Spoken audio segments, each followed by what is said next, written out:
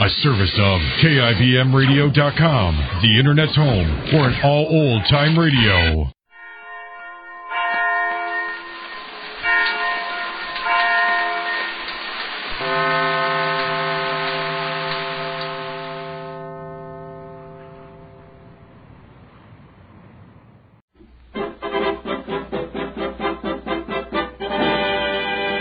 Jerry, that's Fair Oaks.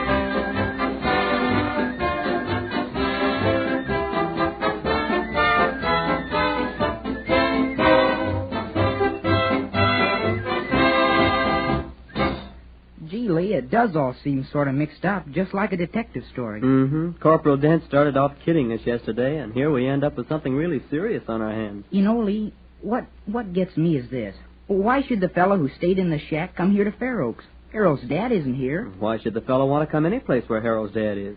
Well, we're sitting here asking each other questions that just haven't got answers. Well, they've got answers, all right. We just don't know what they are, yet. Yeah? What do you mean? Well, look, Jerry, something's up. We know that. I've got a hunch that something's going to happen, and happen soon. And then we'll find out what the whole thing is about. But just remember this. The government's investigating that crash. Uh-huh. And you think the fellow in the shack might have something to do with the investigation. Is that it? Yes, one way or the other. Oh, I get it. One way or the other, huh? You mean he's either with the government or... Or against it. We'll just have to wait and see. Uh-huh. That means he's either for or against Harold's dad. Right. And maybe against Harold. I think I get it. Come in. Cadet Linwell reporting for duty, gentlemen. Harold, hiya. Well, hiya, Harold. Surprise? And how? Come on in and sit down. Boy, you're a treat for our eyes. How's everything? Yeah, how's your dad? Tell us about it. Oh, wait a minute. I can't answer everything at once. Oh, sure. Take your time. I'm glad to be back. And have I got some swell news? All right, let's have it. We're all ears. Well, I guess you know Dad's coming along okay. The doctor said he wasn't hurt as badly as they thought at first. Oh, gee, that's swell. He sure was lucky. Yeah, he was wearing one of those heavy flying suits. You know, all padded out with sheep wool. Oh, uh-huh. He was taking the bomber up for an altitude test, so he had to wear the heavy suit. The doctor said that was what saved him from getting hurt worse. Boy, that sure is swell news. And are we glad? I'll say, that's really great news, Harold. Yeah, that is, but it isn't what I had to tell you. What? More good news? You bet. Listen, the doctors say that in about a week, maybe a little more, maybe less, Dad'll be able to come here for a rest. Come here? To Fair Oaks? Why, sure. Aren't you glad to hear it? Oh, you bet we are. How about it, Jerry? Well, sure. Why, we didn't say anything right away because we were so surprised. That's right, isn't it, Lee? Yeah, sure. He's coming here for a rest, Harold? Yeah. The doctor said it'll be the best thing in the world for him. Rest and quiet. Rest and quiet, uh-huh. Gee, I can hardly wait to meet him. You've talked so much about him that, well, we feel like we know him already. Oh, yeah, you bet. Yeah, I hope you like him. Like him? Hey, listen to this fella, Lee. He hopes we'll like the best test pilot in the country. Why, we ought to get out a special parade when he gets here. I'd like to, but Dad doesn't like that sort of stuff. He likes it quiet. He likes it quiet. After testing planes, he wants it quiet. Oh, I mean he doesn't like a fuss made over him. Why, the second day he was in the hospital, he was kicking to get out. Harold, did they ask him any questions? Questions? Oh, sure, they asked him questions. They always do when a ship cracks up, but this one is a little different. Nobody said much about it, but I could tell something was in the air. A lot of men in uniforms. The war is round. Oh. Gee, a lot of company today. Come in. Attention. At ease, men. Well, Harold, you didn't waste much time seeing your friends, did you? No, sir. Sit down, men. Thank you, Captain Gardner. Oh, Harold, I wonder if you'd mind doing a little favor for me. Be glad to, sir. Mrs. Gardner's over in Custer's Hall. Please tell her that I'll join her there in just a few minutes. Yes, sir. Thank you. See you later, fellas. Yeah, Okay, Harold. So long.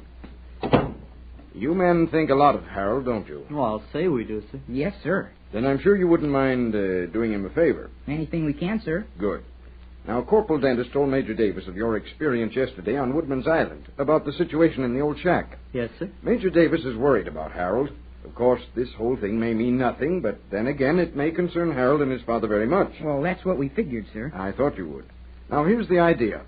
Major Davis wants to keep Harold within the bounds of the school, but, and this is important, men, he doesn't want Harold to know he's doing it. I don't think I understand, sir. Why does Major Davis want to do that? As a precautionary measure. That is, he wants to make sure that nothing can happen to Harold. Then this thing is serious, sir. Jerry, we don't know, but until we do know, we're not going to take any chances. And we don't want to excite or worry Harold. He's just had a trying time about his father. Yes, sir, I see now. Someone must always be with Harold, within the quad, where we can always keep an eye on him. Gee, that won't be easy to do. Keep him within the quad, I mean. I know that, and Major Davis knows it. We thought that perhaps you two men, being Harold's best friends here among the cadets, could think of something. Think you can do it? We'll try, sir. Good. Of course, it may mean staying within bounds yourselves, missing a little fun now and then. Well, if it's going to help Harold, I guess we wouldn't care. That's fine, Jerry. Major Davis thought we could depend upon you two, and he wasn't wrong. Now, Well, that must be Harold again. Yes, remember now, he mustn't know. We get it, sir. Come in. I met Mrs. Gardner right outside, sir. She's going to wait there for you. All right, Harold, thank you very much. I mustn't keep her waiting now. See you later, men. Yes, sir. Goodbye, sir.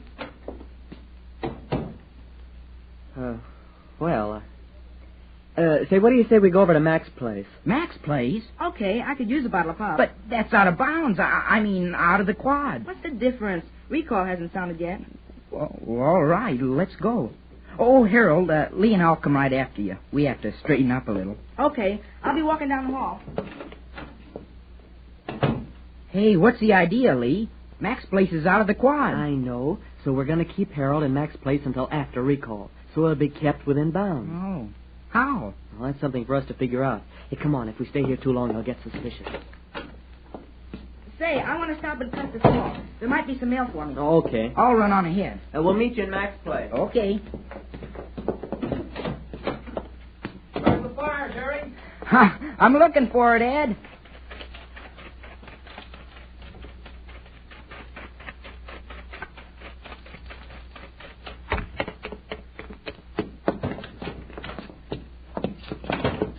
Cadet Dugan? Oh, Captain Gardner. What's the matter? Why are you running? Well, this is part of our plan to keep Harold within the quad. Oh, then you've thought of something. Yes, sir.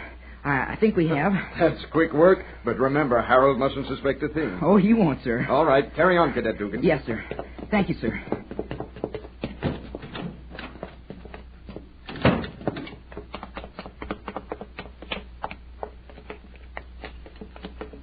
Who's chasing you, Dugan? My conscience. It's about time. Hey, Mac. Mac. What's that? Oh, Jerry, you came in like the wind off the moors of Scotland. What's chasing you, lad? Nothing. Listen, Mac, let me talk. Yeah? You just listen. Now, go ahead, whatever it is. It's got you excited enough. Mac, Harold's coming here in a minute. Huh? We got to keep him here until after recall. Laddie, what's eating of your rush? He'll be getting demerits for it, on top of all the trouble about his dad. Mac, I'll explain later. Honest, I will. But you got to believe me now that it's for Harold's good. I'm under orders to do it. Orders? Oh, well, all right, Jerry. Orders it is, then. But what'll I do? You have your reasons, and until I know them, I'll do my part. Quick, you got to think of some way to keep Harold here until after recall. The clock, lad. The clock. We'll turn it back a half hour. Swell. But he could hear recall from here. Well, in the back room he won't hear. I'll talk loud, and you will, too. Ah, Mac, you're a pal. That's thinking things up fast. When old Mac sets his brain, it moves fast. Oh, losh, here comes Lee and Harold. Well, quick, the clock, set it back. There it is. A half hour so. Phew. Now talk about something else. It's good to know the riding team is coming along fine, Jerry. Yeah, well, you see, we've been working pretty hard. Well. If it isn't Harold. Losh, lad, I'm glad to see you back. And your father, how is he? Oh, he's swell. He might come here in about a week. Oh, now won't that be fine? And you'll be bringing him in to see old Mac, won't you? Oh, I'll say you will, Mac. A trip to Fair Oaks isn't complete without seeing the ice cream parlor and general store of Mr. William McLeod. Oh, no, Jerry. None of your jokes. Well, I guess this calls for another treat. Another one? Well, don't it? You're the boss, Mac. Harold, what will you have? I'll have... Hey, is that clock right? The clock. Why, it was right this morning. Say, Mac, how you coming along with your chemistry? The chemistry. Well, listen, lads, if you'll come into the back room, I'll show you the whole outfit. A regular laboratory set up there. Come on. Well, I've been waiting to see this for a long time. All right. Now, there you are. Gee, this is keen, Mac. What are you inventing? Oh, nothing yet, Jerry, but I will. Say, what are you yelling like this for? Yelling? Oh, I... Nobody's yelling, Harold. Oh, excuse me a minute. I want to get something in the front of the store. All right, Lee. What's this thing, Mac? That's a graduate glass, Harold, and this is a retort for heating things up, you can. Well, everything's all right. You mean... I do. Oh, Lord, I was yelling so loud. Why? Oh, just kidding, you know. Say, I'm worried. Isn't it about time for a recall? It should be. It's past time. I'm going to look at my watch. Well, you saw what Mac's clock said. Yeah, but look at my watch. Why, it's 5 minutes past recall. We'll all catch it. Come on. That's right. Come on, Jerry. You better hurry, lads. You better hurry. My first day back, and I'm out of bounds at recall. You know what they'll do. Probably keep us within the quad. Yeah, they might do that. Come on. Not a soul in sight. Say, maybe we can make it back before anyone sees us. Hey, there's Carl Lockhart. He's officer of the day. We'll wait till he gets past. Hiya, Carl. Holy smoke, are you crazy? Calling him. He could have got by without getting caught. Now he sees us. You men, come here. Yes, sir. What did you call me, Dugan? I meant to call you Captain Lockhart. I suppose all three of you know you're out of bounds at recall? Oh, yes, sir. We know it, don't we, Lee? What's the matter with you men? Have you lost your mind? It looks like it. What? What is this? Linwell, Yes, sir? what's this all about? I guess we are out of bounds, sir. You guess. And not only that, but all three of you failed to salute. You seem happy about being caught. Yes, sir. Oh, I give up. But you know what this is going to mean. Demerits and kept within the quad for an indefinite period until you can learn to be in bounds at recall. Yes, sir. All right, report to Captain Bogart. Tell him you were out of bounds, you failed to salute, and tell him also that all three of you acted almost insolent towards an officer. And do it right away. Yes, sir, you bet. Thank you, sir. Thanks. Oh, I give up. Go on, report to Captain Bogart. We're on our way, sir. Gee, we could have slipped by easy. We wouldn't have been caught if you hadn't have called him, Jerry. Boy, are you dumb. Yeah, that's right. Am I dumb?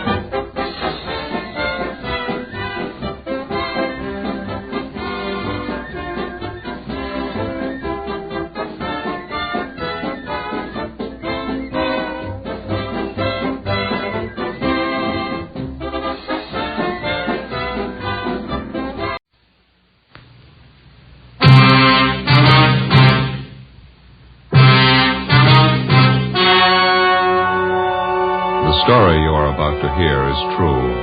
Only the names have been changed to protect the innocent. Fatima Cigarettes, best of all long cigarettes, brings you Dragnet.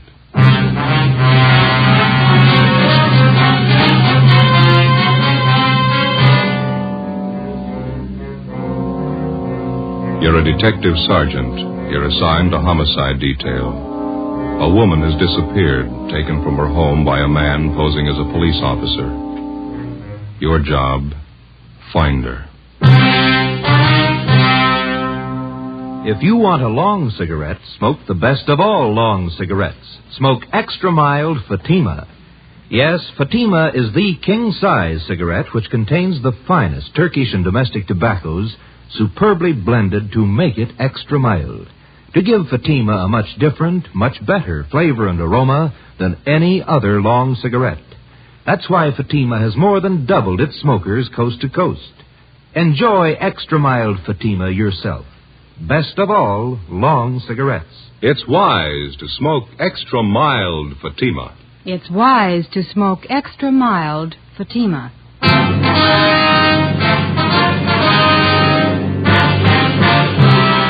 Dragnet, the documented drama of an actual crime. For the next 30 minutes, in cooperation with the Los Angeles Police Department, you will travel step by step on the side of the law through an actual case transcribed from official police files. From beginning to end, from crime to punishment, Dragnet is the story of your police force in action. It was Tuesday, April 4th. It was warm in Los Angeles. We were working the night watch out of homicide detail. My partner's Ben Romero. The boss is Thad Brown, chief of detectives. My name's Friday. It was 10 minutes past 6 p.m. when I got to the basement of the city hall. Carpool.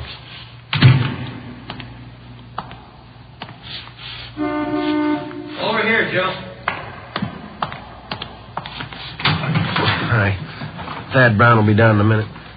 Captain will follow us out later. Okay. No contact yet? No, I'm still waiting. You take care of the local broadcast? It's already gone out. They'll put the descriptions on the air every hour. How's it look to you now? I don't know. Nothing more we can do to, make a contact. Oh, here's Thad Brown now. You want to squeeze over a little? Oh, yeah, sure. Hi, Chief. Hi. Let's go. Might as well take Beverly Boulevard, huh, Ben? Yeah, it's as fast as any. You got the address there, Friday? Yeah, it's 617 Paris Avenue. It's out by Echo Park. Who's covering the house now?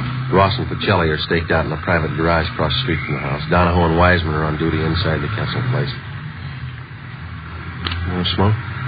Thanks. Light me one, will you, Joe? Yeah. But you got the story from the maid at the Kessel's house, is that right? Mm-hmm. You check it out? I'm pretty sure she's telling it straight. If anything's wrong, I don't think she's got a hand in it. Here you are, Ben. Oh, thanks. You got the call about 3 this afternoon? Mm-hmm. A few minutes after, we went right out and talked to the maid. How'd she tell it? She said she was fixing dinner about 2 this afternoon when the doorbell rang. She answered it, and a young man in a gray suit asked for Mrs. Kessel by name. He told the maid it was an emergency. Yeah. Well, the maid said Mrs. Kessel came to the door, and the man identified himself as a police officer. Told Mrs. Kessel her husband had been hurt in an accident, and she was to come right away. Man show his identification? Maid said no. Said Mrs. Kessel just took it for granted he was a cop. Yeah. Go ahead. Mrs. Kessel got her coat and left with the man. About an hour later, her husband, Professor Kessel, got home. He wasn't hurt. He hadn't been in an accident. He hadn't seen his wife. As soon as he heard from the maid what had happened, he got on the phone and called up. What's the background of the husband, this Professor Kessel? He's supposed to have quite a name. He's a professor of philosophy out at Simmons College, a small school out near Glendale. Oh, yeah. Devout man, president of one of the local synagogues. Sure about the maid story, huh? Sure as we can be. She gave us a good description of the man who picked up Miss Kessel. I got it right here. Yeah. Here. White male, American, 25 to 30 years old, 6 feet 170 to 80 pounds, gray suit, gray hair, brown shoes. What about the car he used? Late model Chevrolet, dark blue, white sidewalls. That's all the maid could tell us. She didn't notice the license. You better cut over on Westlake. That'll take us past the detour one. Mm-hmm. This Professor Kessel, has he been told what to do? Yeah, he's been briefed. We've had a couple of men with him since this thing broke. He's taken it pretty hard. How old a man is he? Oh, his late 30s, wouldn't you say so, Ben? Pretty close to 40. Nice fellow, quiet. 2 kids in the family, just about school age, boy and a girl. This next one ought to be Paris Avenue. Yeah. There's a big gray house down there, Skipper, white trim. Don't park too close to the house. Just ought to do it right here, don't you? What time you got? It's 6:15. Almost dark. Where's the garage our men are covering from? Can you see beyond that light pole there, the white stucco place? Oh, yeah. Next one here's a Kessel home. Doesn't look very rich. Neither do the Kessels. I don't think they got much money.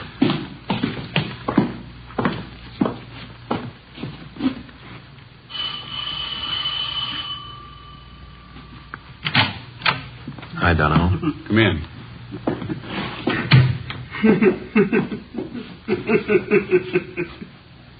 That the husband?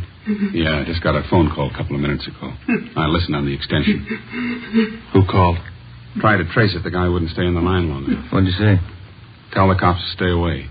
Said it twice, tell the cops to stay away. Yeah? Said if they don't, I'll kill her.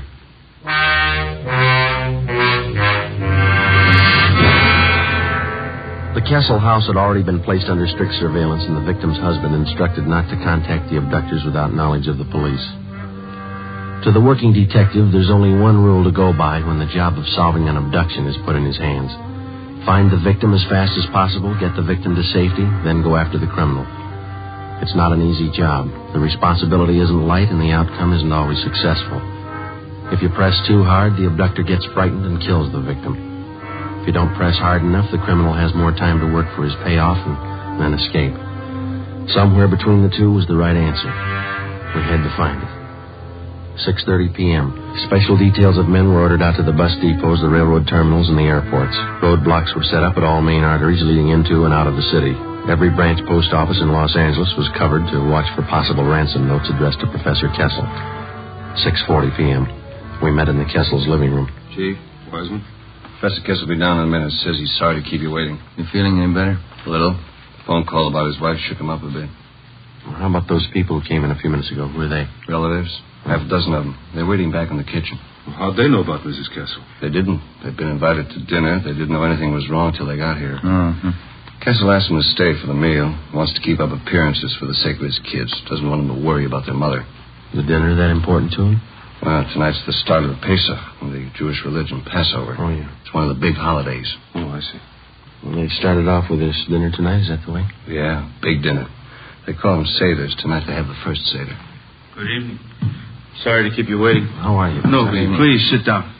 We don't like to intrude on your privacy, Professor Kessel, but I think you can see it's necessary. Oh, yes, of course. I'm very grateful. If there's anything at all I can do to help. Do you have any idea who might be responsible for abducting your wife? That's what has me so confused. How do you mean, sir? Well, I'm sure I have people who don't like me, who don't like us, but someone who would take my wife who says they'll kill her? No, I don't know who it could be. How about the voice on the telephone, Professor? Did you recognize it at all? No, it didn't sound like anyone I knew. He talked so fast I could hardly understand the man. Do you think the person who took your wife has some other motive besides holding her for ransom? I can't understand that either. If it's money they want, why go after a teacher's wife? $1,500 in the bank, that's all I have. That and this house. How about your immediate family, Professor? Well, my wife, Ruth, her people have quite a bit. I guess you would call them rich. But it's their money, not mine. I can't understand why anyone would do it. For Ruth, if anything happened. Children. Albert? I'm sorry. That's all right. We understand. Albert? Yes, Bertha, come in, would you, please? Gentlemen, this is my sister, Bertha. She's here with her husband for the Seder. How do you do? How are you? Albert, it's late. Sundown. It's time to start the kiddies. Oh, yes. All right, Bertha. You tell everyone to come to the table. I'll be right in. The officers will have the first Seder with us? Yes, Bertha. You please set them places. Yes, Albert. Say, we don't mean to intrude here. We can wait outside while you have your dinner. Oh, no, please. I'd be honored to have you sit at the table with us. No one in the house should be without food tonight. First Seder for Passover. It's the law. How's that, sir? Oh, excuse me, the Hebrew law. Would you come this way, please? Yes, Professor. He turned and led us down the hallway into the dining room. A long white cloth covered the table. In the center was a brightly polished brass candelabra holding 4 lighted tapers. There were a few platters of food already set out, and at the head of the table, where Professor Kessel stood, an open prayer book. In order not to add to the alarm of his 2 small children at the absence of their mother, Professor Kessel introduced us as friends from Simmons College. This is Mr. Brown, Mr. Friday, Mr. Wiseman, Mr. Romero. How do you do, Regan? Yeah, of course. Now, sit down, please, sit down. Yeah, sure smells good. Yeah. You got enough room there, Joe? Oh, fine. Hey, how's it work, Wiseman? Should we join in the prayers? Not unless you speak Hebrew. Oh. Baruch atah Adonai Eloheinu melech haolam, bo'erei pri hagofen. Baruch atah Adonai Eloheinu melech haolam, asher bocha banu mikol am, v'raimemanu mikol lashain v'kedishanu b'mitzvosav. V'atiten lanu Adonai Eloheinu, v'avo moyadim l'simcha, v'agim v'zmanim l'sasoin es yoim hagamatzois hazeh. Yeah. Telephone call. All right.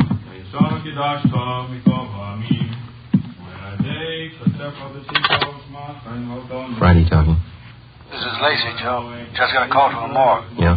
They brought in the body a few minutes ago. They checked the description. Yeah? They think it's Mrs. Kessel.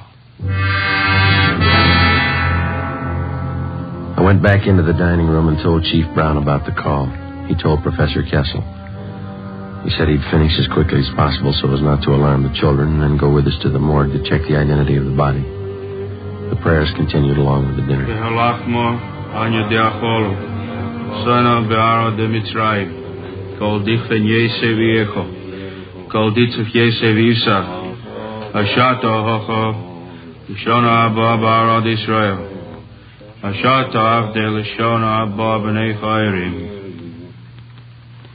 John?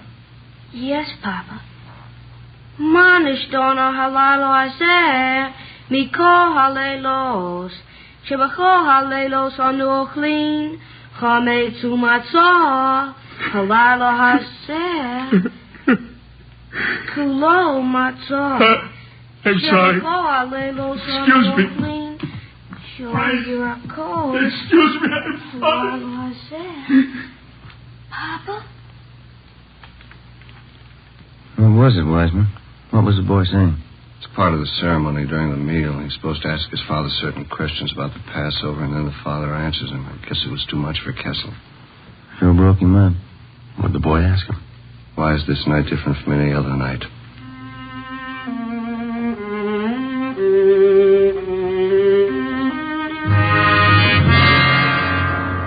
.30 p.m. Sergeants Wiseman and Donahoe stayed on duty at the house while Chief Brown, Ben, and I drove Professor Kessel to the county morgue. On the way, we called in and checked with Captain Steed of Homicide. He told us there'd been no reports on Mrs. Kessel. 7:43 p.m. Ben and I took Kessel to the basement of the Hall of Justice, county morgue. This way, Professor. Oh, yes. You sure you feel up to it? Thank you. I'll be all right. Cold in here. Yes, sir. Hi, fellas. It's back here. Okay, Archie. This is Professor Kessel, Archie. How do you do? This way. Jane Doe, number 5. I called over as soon as they brought it in. Yeah, thank you. Found the body near Avenue 19, the riverbed, crossing the auto camp. No identification? No. Here we are. All right.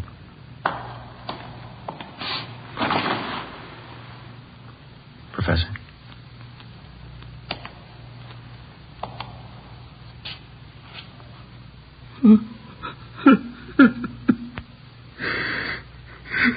Thank God. Thank God.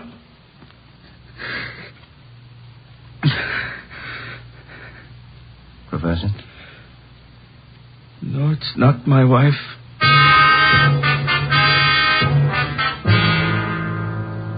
It seemed as if both the victim and whoever had taken her had vanished completely. At 11:30, Captain Steed, Ben, and I went across the street for a cup of coffee and a fried egg sandwich. We got back to the office at 10 minutes to midnight. Still no word. At 2 a.m., Ben and I drove back to the Kessel house to relieve Donahoe and Wiseman. We stood our watch in the living room. In the bedroom directly above, we could hear Professor Kessel pacing the floor most of the night. At 5 a.m., Captain Steed called. He told us a letter addressed to the professor had been reported at the Arcade Post Office. As soon as the outside of the envelope had been photographed and checked for prints, it would be brought out for Professor Kessel to open. Front door? Yeah, I'll get it. Chief? Good morning. Hi, Lee. Hi, Joe. In here. Did you lift anything off the envelope, Lee? Nothing we can use, no. Might have more luck with the letter. Good morning. You brought the letter? It's right here, Professor Kessel. I'd like you to stand by while we open it. This is Lieutenant Jones from our crime lab. Lieutenant? You'll check the note for fingerprints. Oh, yes. I can get you a letter open. I think this one over here. Yeah, that's all right. I could use my pocket knife. You want to grab one corner of the paper, Bandit? Just the tip of the corner. Use your fingernail. Okay.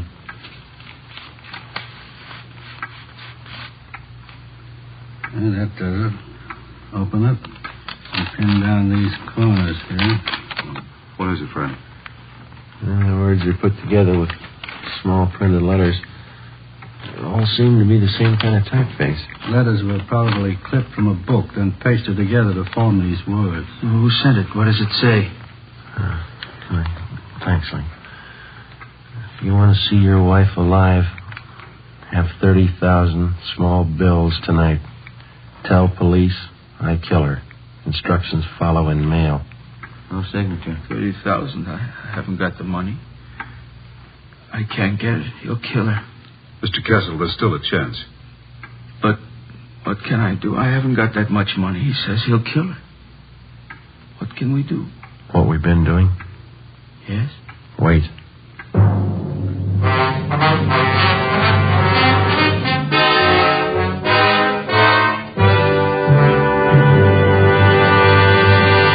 You are listening to Dragnet, the case history of a police investigation, presented in the public interest by Fatima Cigarettes. Fatima, the long cigarette that has more than doubled its smokers coast to coast. And there's a very good reason for this amazing increase. Men and women everywhere are finding out it's wise to smoke extra mild Fatima. I agree, says Lee Silva, news reporter. I agree, says Jean Matson, airline stewardess. I agree, says Mike Charters, attorney at law.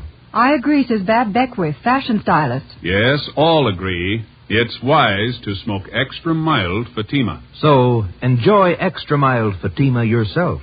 The king-size cigarette, which contains the finest Turkish and domestic tobaccos, superbly blended to make it extra mild. You will prefer Fatima's much different, much better flavor and aroma. You will agree. It's wise to smoke extra mild Fatima. It's wise to smoke extra mild Fatima. Best of all, long cigarettes.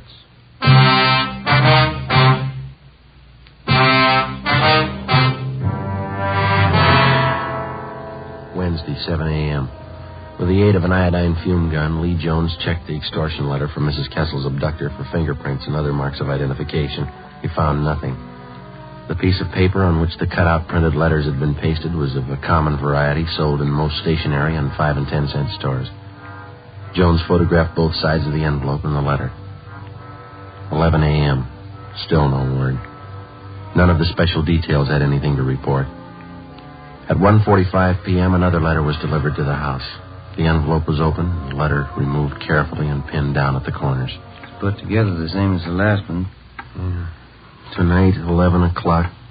Come alone, your car. Tell police I kill her. Is there more, Friday? Yeah. Drive corner Lakeshore, Charter Street. Wrap money brown paper. Small bills. Come alone, your car. Put package by fireplug, then leave. Tell police and I kill her. No signature. I haven't got the money. Lakeshore and Charter. That shouldn't be too hard for us to catch. Sounds pretty much like an amateur. That makes it touchy. If he's green, he'll scare easy. If he's scared, he may kill her. Not if we reach him. How can I get the money? You won't need any. We'll have a dummy package made up. There'll be a single dollar bill inside. There's to be newspapers cut to the size of currency. That's what you'll deliver. But when he gets the package, when he finds out it's not the money, what's he going to think? We'll explain it to him. Starting at 10 o'clock that night, more than a dozen cars from the Detective Bureau circled the area around Lakeside Avenue and Charter Street, keeping a distance ranging from 3/4 to a full mile away so as not to scare off the abductor. Some of the cars were parked in service stations, some in private driveways. The neighborhood was located in the heart of a new veterans housing project. For a full 5 blocks in either direction, there were no buildings of any kind where we could keep an eye on the package of fake ransom money. The owner of one of the completed houses nearest the spot on Charter Street was contacted, and he agreed to let us use his home as a lookout point for the stakeout that night. 9 p.m. Ben and I took up our positions on the roof of the lookout house. We were equipped with 2 pair of night binoculars and a walkie-talkie. I could think of a few other places I'd rather spend the night. How well can you see that intersection from here? Comes in fine with these binoculars. The guy shows we ought to see him. Yeah, I better check with the captain again. What time you got? 9:25. Where's the skipper parked? Private driveway near Charter and Hayward. Friday to 105K. Friday to 105K. Come in. Yeah, Joe. Go ahead. Got a clear view of the intersection. Nothing yet outside of cramped legs. You reading me okay? Yeah, Joe. Fine. Over. Roger. Standing by. Sure lucky my kid can't see me now. Why? He'd never understand. Why should his father be sitting on top of somebody's roof late at night? He'd never get it. We waited. 10 o'clock came, 10:30. At exactly 11 p.m., as we watched through our night binoculars, we saw Professor Kessel drive up to the designated location 5 blocks away, place the fake package of ransom money by the fire hydrant near the intersection, and then drive away. 11:30, we waited. Midnight. 2 a.m., nothing happened. The package was still lying by the fire hydrant undisturbed. Captain Steed checked with us periodically on the walkie-talkie. At 3:30 a.m., we were still waiting.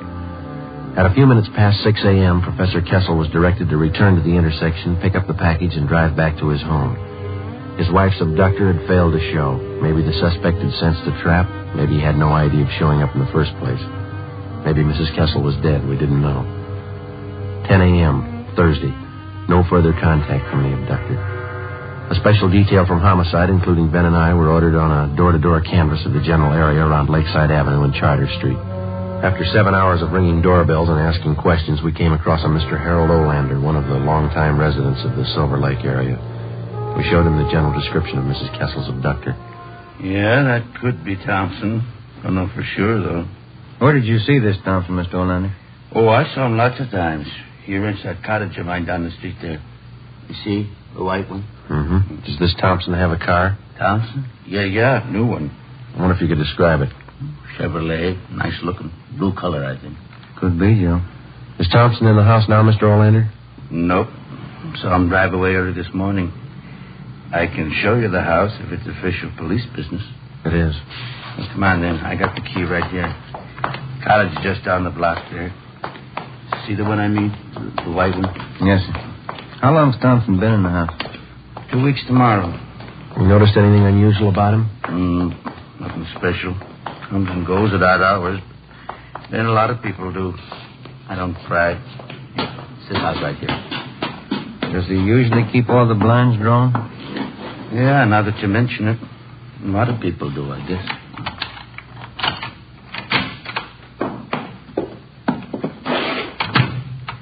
You want to check back in the kitchen, Ben? Yeah, right. And look at the living room, Sergeant. Yeah. On a stick of furniture. That's funny. You sure you didn't see anybody else in this house besides Thompson? No, he's the only one. Looks like it, Joe.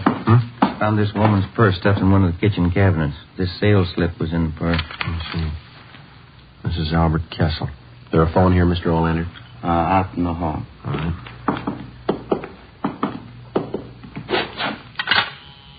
Is it still connected? Yeah. Joe, I'll check back in the bedroom while you're phoning. Right, Ben. No, you better stay with me, Mr. Olander, if you will. Oh, all right. City Hall. Homicide? Homicide?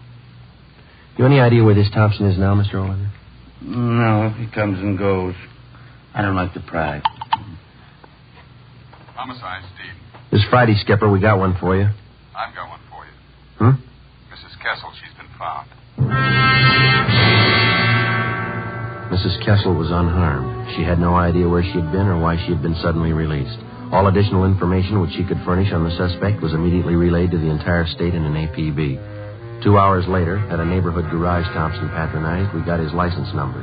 We ran it through DMV and found the car was registered in the name of Charles Cottrell, 10115 Green Oak Drive, 7 p.m.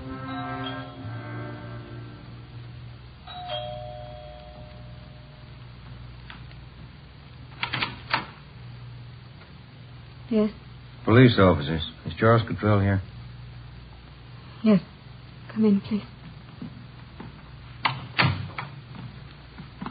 I knew you'd find him. I kept hoping, but I knew you'd find him. Where is he, ma'am? He'll give himself up. I'm his wife. I talked to him. There won't be any trouble. No trouble. Where is he?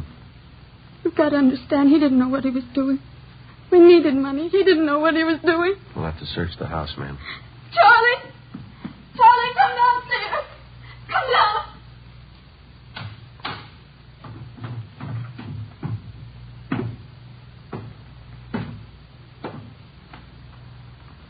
Get your hands behind your head. I don't have a gun. Charlie. All right, ma'am. Behind your back. Tell him, Charlie. You didn't know what you were doing. Tell him. We needed the money. I thought it'd work. What'd I do wrong? Come on. Should have worked. I planned it all out. Where'd I make a mistake? When you thought of it.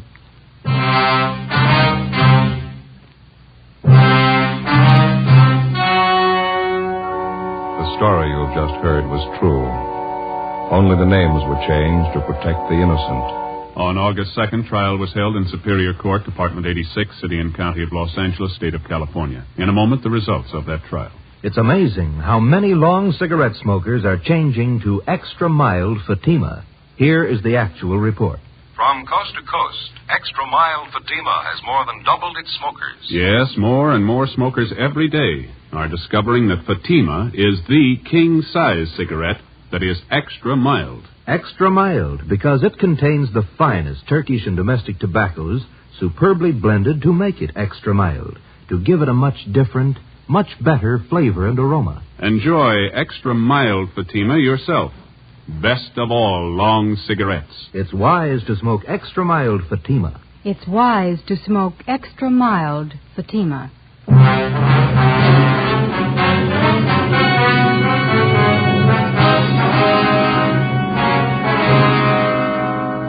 Charles Cottrell was tried and convicted of kidnapping and received the sentence as prescribed by law. He is now serving his term in the state penitentiary. You have just heard Dragnet, a series of authentic cases from official files. Technical advice for Dragnet comes from the Office of Chief of Police W.A. Wharton, Los Angeles Police Department. Fatima Cigarettes, the best of all long cigarettes, has brought you Dragnet, transcribed from Los Angeles.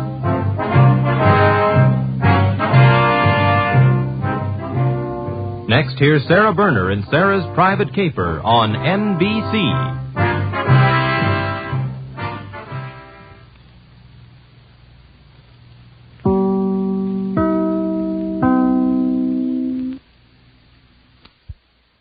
This is Ronald Coleman, inviting you to radio's most dramatic half hour, Favorite Story.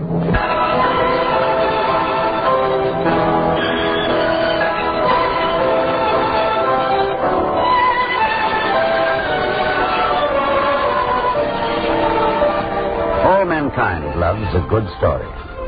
I guess the business of storytelling began when the first ancient hunter told his fellow cave dwellers of his hunting and fishing exploits. No doubt exaggerating a little, as some of us are inclined to do. And this very day, in the cities of the Near East, you may see the storytellers in the bazaars and in the marketplaces, spinning wondrous tales inherited from centuries past. Still the audiences gather and are held spellbound. The age-old tales of a fascination for all of us. Yet it's the new story we search for, the fresh angle, the unexpected. And, of course, that's particularly true here in Hollywood. That's My Favorite Story welcomes the choice of producer-director Michael Curtiz, who brought to the screen such favorites as Life with Father, Mildred Pierce, and Casablanca, for which he won the coveted Academy Award. And his choice, written by Arthur Wister Mays, has the happy quality of surprise. It revolves around a single copper penny. One of radio's best-known young actors, Jack Webb, will tell us the story. We're ready then for Act One of The Copper Penny.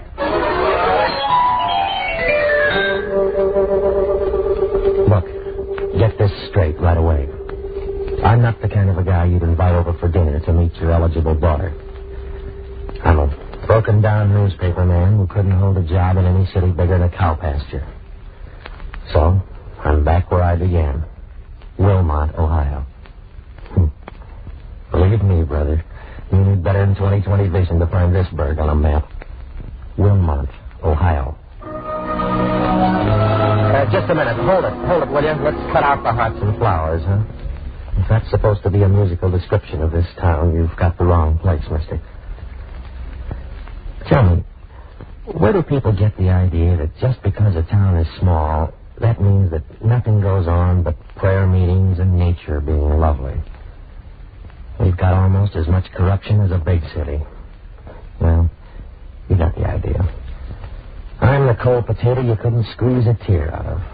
I knock out copy for a punk little newspaper in my hometown, and nothing affects me. Nothing. Excuse me a minute. Yeah, this is the newspaper. This is Jack Hudson. If you got any news fancier than a long social, I got a pencil and an open mind, so what's your story? Oh. You're kidding. Oh, that's awful. That's terrible. I guess that's the worst news you could give me in this town. What? Sure, we'll write it up. I don't know how exactly, but I'll get out the story. The story.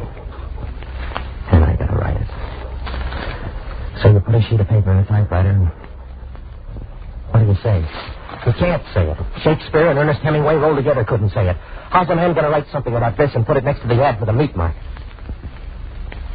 All you can do is remember. About Ben and a penny and a courtroom. And suddenly your memory begins to do nip-ups. And you remember when you were a kid and you walked over to the library and met Ben for the first time. Hello, son. Is this what they call the library? That's what they call it. What do you sell here? Sell? Why, we don't sell anything. Yeah? Well, what's the deal? Why don't you walk around and just see what strikes your fancy? I'm not sure I want to. Door opens both ways. You can come in or out anytime you want. The guys that hang around the railroad yard say anybody comes in here is a sissy. I wouldn't want any of them to see me in here. That's so. Well, maybe they've got a point. I guess a library's not a place for a man who uses a fist all the time. Railroad yard's a good place to exercise your muscles. In here, lad, we exercise our souls. You're sort of crazy. Yeah, I've heard that said before, too. Now, come here a second, boy. Let me introduce you to a few other maniacs. On this shelf, we have a young fellow who was plumb out of his mind. He was Shakespeare. One of these fine days, you ought to meet him face to face. Right now, I think you ought to meet another crazy fool. You're, about 12, I'd say. Right? 12 and a half, going on 13. Mm-hmm. Young fella, shake hands with Mark Twain. Whole bookshelf here, designed for 12-and-a-half-year-olds. Going on 13.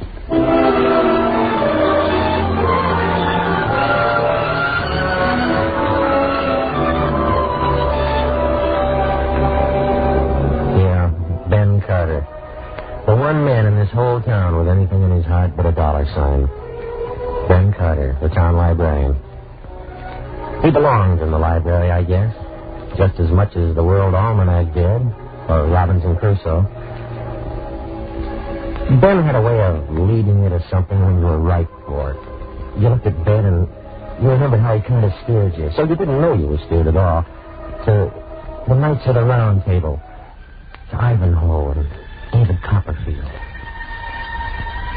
And suddenly, life stopped being narrow and small-towners.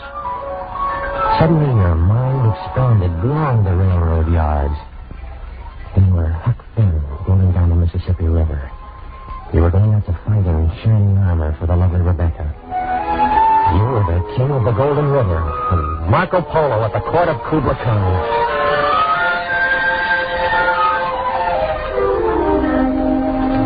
Maybe that's why I always wanted to be a writer, but I never was. Just a newspaper hack who couldn't hold on to a job in Cleveland or Columbus or St. Louis or Detroit or any place. And so I came back where I started from, back to Wilmot, with my tail between my legs. And I went to see the only person in town I gave two hoots about, Ben. Jack, how are you, boy? I'm very glad to see you again. Why, Ben? Why are you glad to see me? Because you're one of my boys. Tell me, have you written a book yet? A great war novel? No, Ben, no. I haven't written anything. Just traffic accident reports and obituaries, and I didn't write them good enough to hang onto a job. I've been canned all over the map. I'm a big nothing. Oh, not with what you've got inside your head. Jack, you need me help. Can I do anything? Thanks, Ben. Thanks a lot. I got my old job back on my local paper. Oh, that's fine. It'll be good having you back in town. Even though I'm a big flop? Oh, no flop. You don't have to go running 1,000 miles away to amount to anything. Why, look at me. I'm a long way from being the Librarian of Congress or anything else worth a second look, but along comes today. And you know what today is? What, Ben? 40 years that I've been here as librarian. And they're going to celebrate. The town's giving me a banquet tonight with all the trimmings. The mayor, the head of the Chamber of Commerce. Why, look at me, son, and stop moaning. All my life I've been a big nobody, too. But tonight, I'm the toast of the town. I'm glad you're here. You've got to come to that banquet.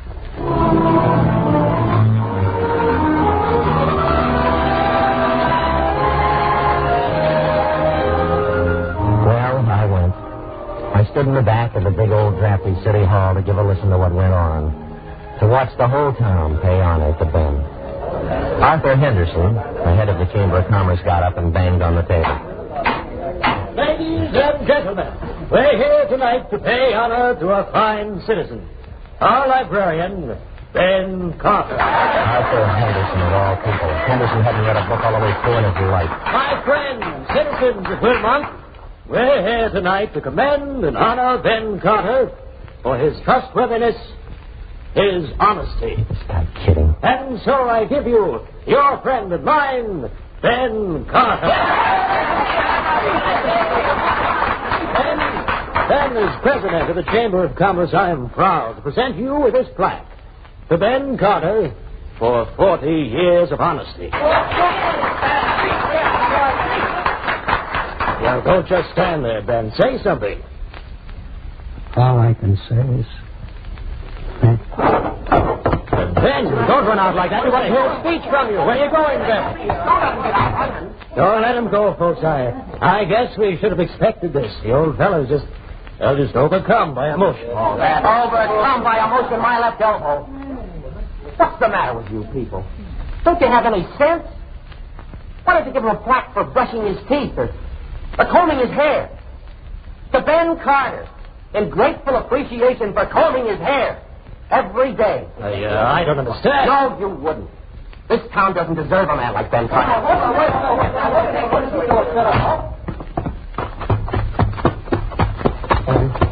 Ben, are you okay? Sure, Jack. Did you see this plaque? Yeah. It was nice of them to give it to me, wasn't it? Look at what it says. It says, to Ben... I guess I was wrong this afternoon, boy. Meet another big nothing. Now, please go ahead. Please.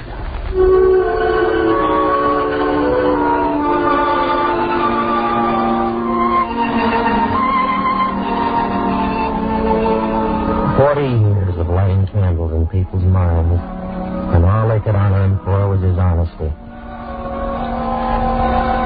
I guess Ben didn't sleep much that night. And the next morning he walked around the library half in a daze. And then he heard the door open and went back to the desk. Morning, Mr. Carter. Oh, hello, Mr. Elwood. How's your daughter? Oh, much better, Mr. Carter. She enjoys Little Women. I finished reading it to her this morning. Made her cry. Oh, there. What's wrong? This book was due yesterday, the 27th. This is the 28th. I guess I will find. But that's just a penny, Mr. Elwood. Here you are. Thank you, Mr. Elwood. Come again. Glad your daughter's better. Alone again in the emptiness of the library. He glanced down at that penny in his hand, and the whole feeling came back, filling up his throat. Henderson, and that plaque, and that stupid speech. His fingers closed on the penny. He put the rubber stamp back to the day before and stamped the book. Returned the 27th. Then he glanced down at the coin again. So I'm honest. Why, I'm as much of a criminal as the Billy the Kid or the James boys. And Ben slipped the penny into his pocket. You wouldn't think a single penny could raise a ruckus, would you? But it did. It turned this whole blasted town inside out. A penny. A single copper penny.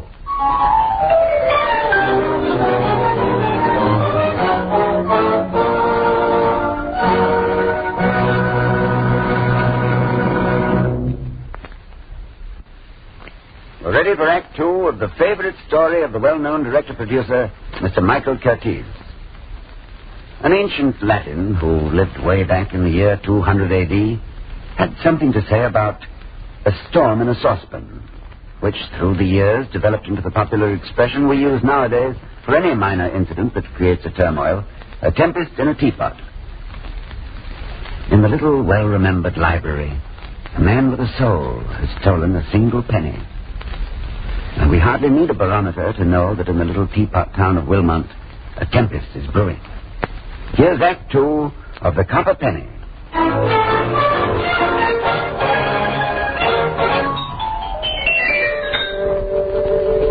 A penny.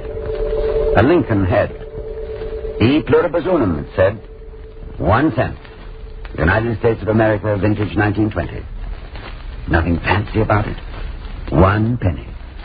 Good for weighing yourself, or buying a stick of gum, or for keeping a book called Little Women 1 day extra. And not much else, unless, of course, you have a barrel full of them. Wilmont's a small town, and nothing much happens there. But that afternoon, they had their first big story since the courthouse burnt down in 1902. All right, everybody, quiet down. No reason to get excited. What's the story, Sheriff? There's been a murder, that's all. Old man Highgate's dead. I knew it. All right, clear out of here, everybody. When did it happen, Sheriff? Coroner says about 2 hours ago. Sheriff, if Highgate's been killed, I know who did it. You do? Who did it? Well, I live right next door to Tim Elwood. I don't like him. Spends all his time with his nose in a book. What about him? Well, old man Highgate came by last night to collect the rent. I guess Elwood didn't have the money, and there was a big argument. Elwood told Highgate to shut up, that his daughter was sick. Highgate kept on screaming. Then I heard Elwood say, "You get away or I'll kill you." Well, thanks a lot. I needed a piece of information like that.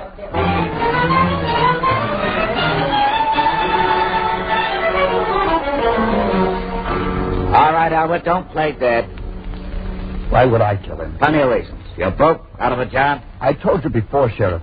I wasn't near Highgate's place this morning. Then where were you between 10 and 11? How many times do I have to tell you?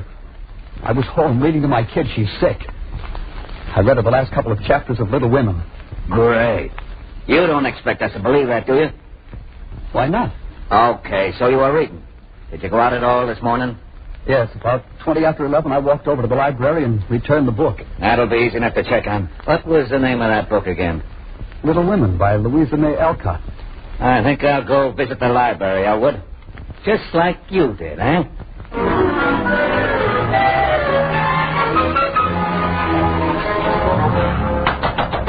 Open up, Carter. The library's closed, but I'll be happy.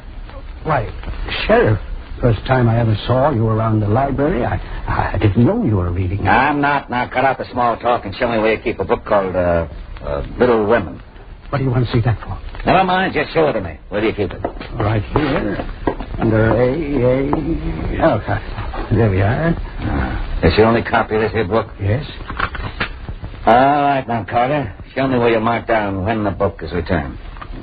Well, right here. But, Sheriff, there's something I want to... Keep quiet, will you? Right here, huh? Well, just what I thought. A man's lying. This book was returned on the 27th, yesterday. What kind of idiot does this man take us for? Sheriff, no. That's all, Carter. Thanks for your trouble. If you don't mind, I'm going to take this book. We got a murderer on our hands, and we know how to tend to him.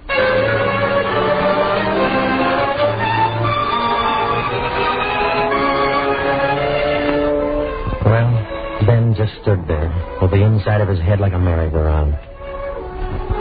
I guess this was the first time Louisa May Alcott got mixed up in a murder. He looked all around him, and for one time in his life, nothing on the bookshelf seemed to be of any help. Not Emerson, not Whitman, certainly not Edna St. Vincent Millay. Ben suffered a lot, suffered in silence in the weeks that followed, not knowing what to do. Everybody in town was there in that courtroom to watch the circus. I remember seeing Ben slip in quietly, not saying a word to anybody. He'd put on his best black tie, knit muffler. I knew he felt inside him that he was on trial. He hardly seemed to be breathing there on the back bench. I tried to catch his eye, but he just stared forward. And then the judge came. The Randolph County Court is now in session. We shall continue the case of the state versus one Timothy Elwood. All right, Mr. Prosecutor. Will Timothy Elwood take the stand? Do you promise to tell the truth, the whole truth, and nothing but the truth to help you God? I do. Sit down, please. We have already heard from our former witnesses that you outwardly threatened the life of the late Jeffrey Highgate, that you owed him a considerable amount of money. Now, Mr. Elwood, we should like to establish your exact whereabouts on the morning of the murder. Where were you on the morning of March 28th of this calendar year? I was at my home, 326 North Sycamore Street here in Wilmot. I see. Now, according to the testimony of the county coroner, the murder of Mr. Highgate occurred between the hours of 10 and 11 of the morning of the 28th at the Highgate home, a mile and a quarter distant from yours. Exactly where were you? What were you doing at that time? My daughter's been ill for some time. I was reading her a book. A book? Would you tell us the name of this book, please? Little Women by Louisa May Alcott. I see.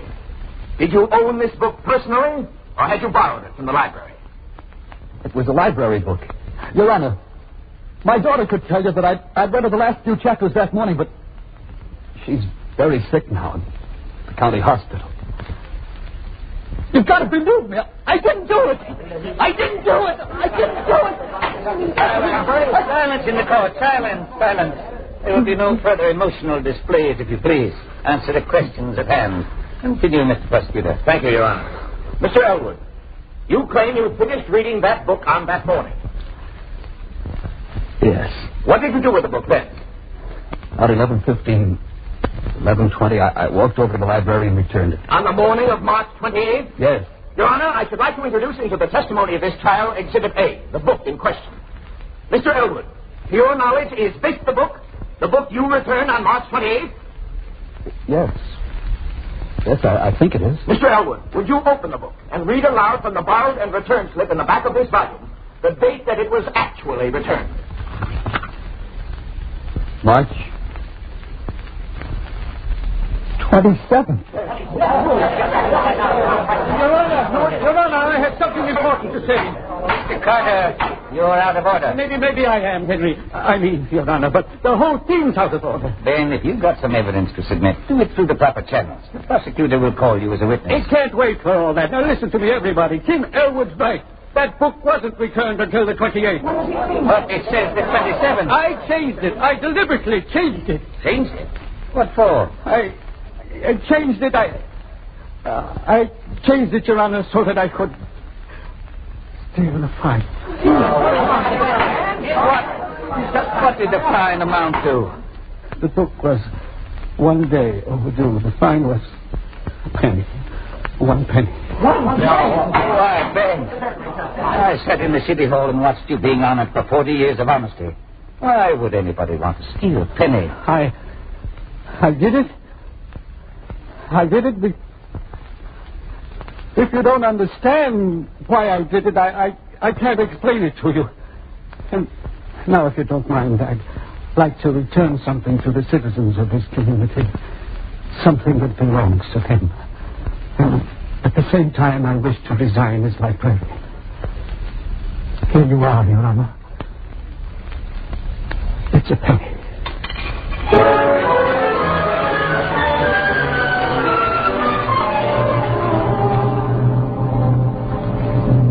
The end of the story? Well, Tim Elwood was released. Some tramp finally confessed to the killing. And Ben, he never went near the library again. You know, some people pine away because of a gal. I guess Ben got a broken heart, too.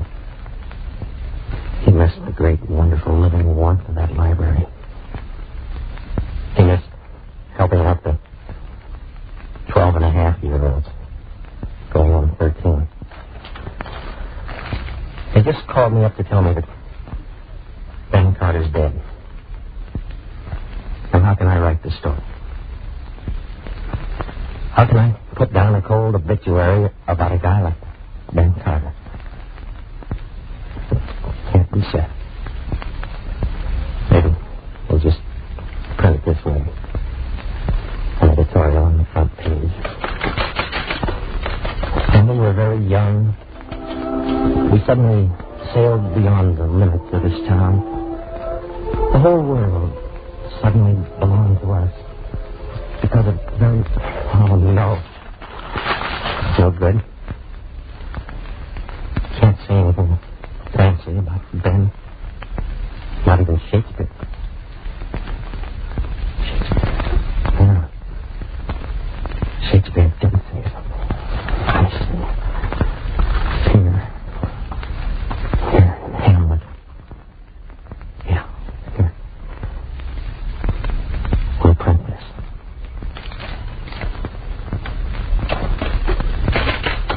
He was a man. We shall not look upon his like again.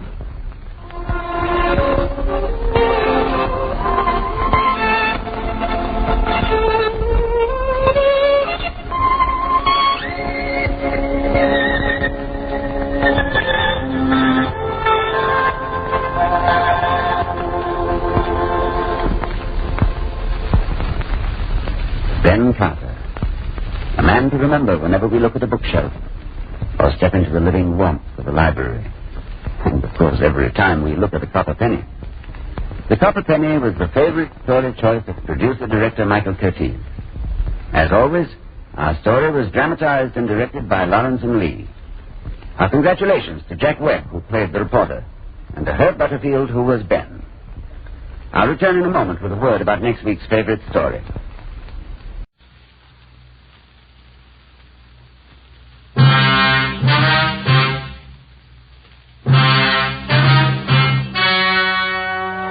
The story you are about to hear is true. Only the names have been changed to protect the innocent.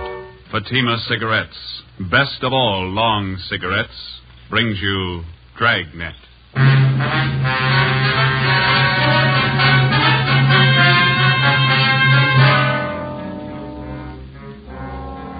You're a detective sergeant. You're assigned to hit-and-run felony detail. A dead body is found in the streets in the early hours of the morning. There's only one clue, a set of skid marks on the pavement. Your job, find the killer. If you want a long cigarette, smoke the best of all long cigarettes. Smoke extra mild Fatima. Yes, Fatima is the king-size cigarette which contains the finest Turkish and domestic tobaccos superbly blended to make it extra mild. To give Fatima a much different, much better flavor and aroma than any other long cigarette. That's why Fatima has more than doubled its smokers coast to coast. Enjoy extra mild Fatima yourself. Best of all long cigarettes. It's wise to smoke extra mild Fatima. It's wise to smoke extra mild Fatima.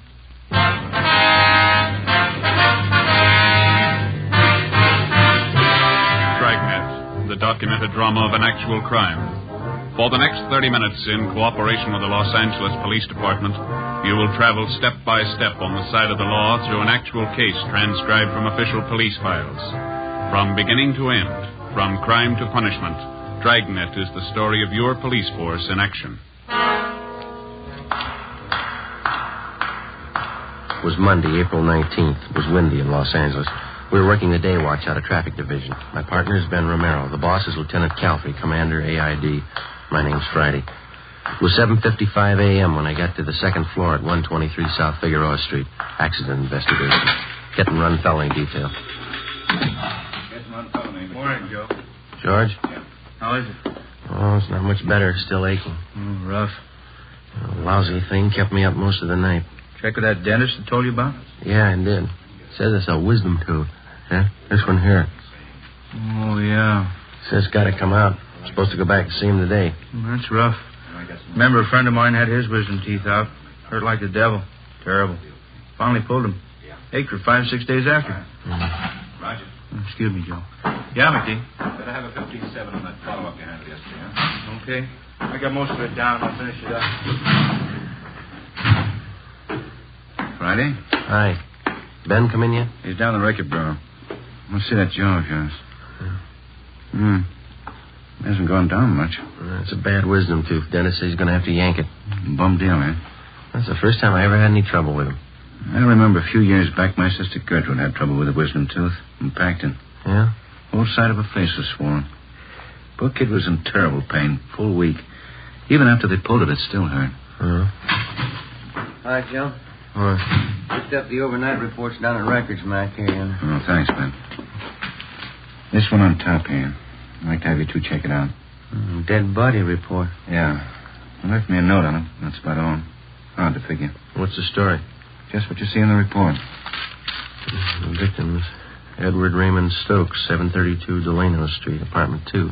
His body was found in the gutter near 63rd and Vermont, 3 o'clock this morning. No witnesses. Only one piece of evidence. Yeah, see, they got it listed here. Skid marks near the body. Is that all? That's it. Apparent hit and run. Where's the body, man? Neighborhood mortuary out there. Emerald Hills Funeral Home. One of the deputy coroners handled the body. A fellow named Joe Larimore. Anybody claim it yet? No. Okay.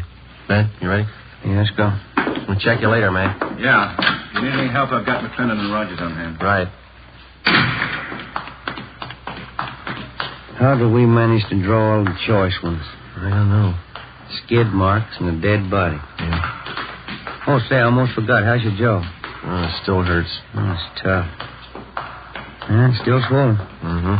What did Dennis say? Wisdom tooth. Oh, it's miserable. Yeah. Wife had the same thing a couple of years back. Dennis tried to yank the tooth and it broke right in two. Finally got it out. That's good.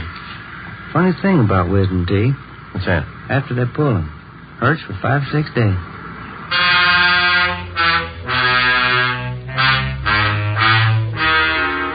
.33 a.m. Ben and I drove out to 63rd and Vermont and rechecked the spot where the dead body of Edward Stokes had been found. According to the report, the body was found 2 feet west of the easterly curb and 32 north of 63rd Street on Vermont. We examined the skid marks. They showed definite signs of being a lot older than 24 hours. The consistency of the rubber was weak, and there were heavy dirt smudges over them, indicating more wear than they could have possibly had since the estimated time of the victim's death. We got back in the car and drove to the Emerald Hills Funeral Home at Vernon and Denver Avenue. Sure is rotten weather for April, huh? Yeah. These funeral homes, you ever notice it? What's that? Why do they always put awnings over the windows? They never open the drape. I don't know. Come on.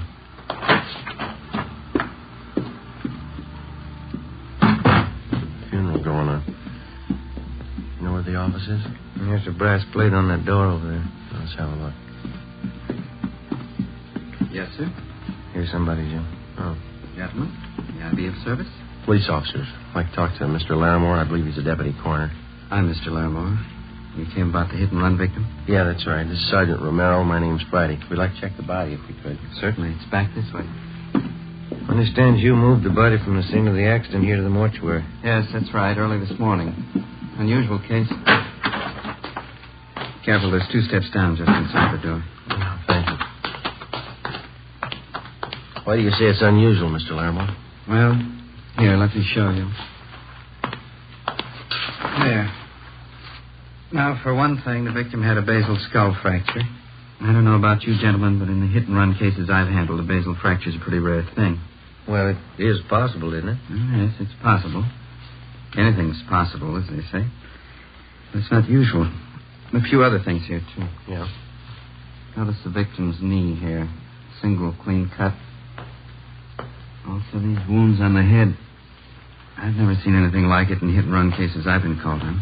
Yeah, that wound on the knee doesn't jibe, does it? If he was hit by a car, the knee should be skinned up quite a bit. Exactly. Well, you know how it usually is. The automobile hits the victim. There's always signs that the body was either dragged or thrown. Shredding of clothing, skinned knees, legs, elbows. No sign of that here. You don't think the victim could have been killed by hit-and-run cars, eh? No, I don't say that. It's possible that it might have been a car, but, well, let's say it's not very probable. Has anybody at all inquired about the body, Mr. Larimore? No one, no. It's funny. Hold on. Mr. Larimore, can I see you a minute, please? All right, Tom. Excuse me a moment? Yeah, sure.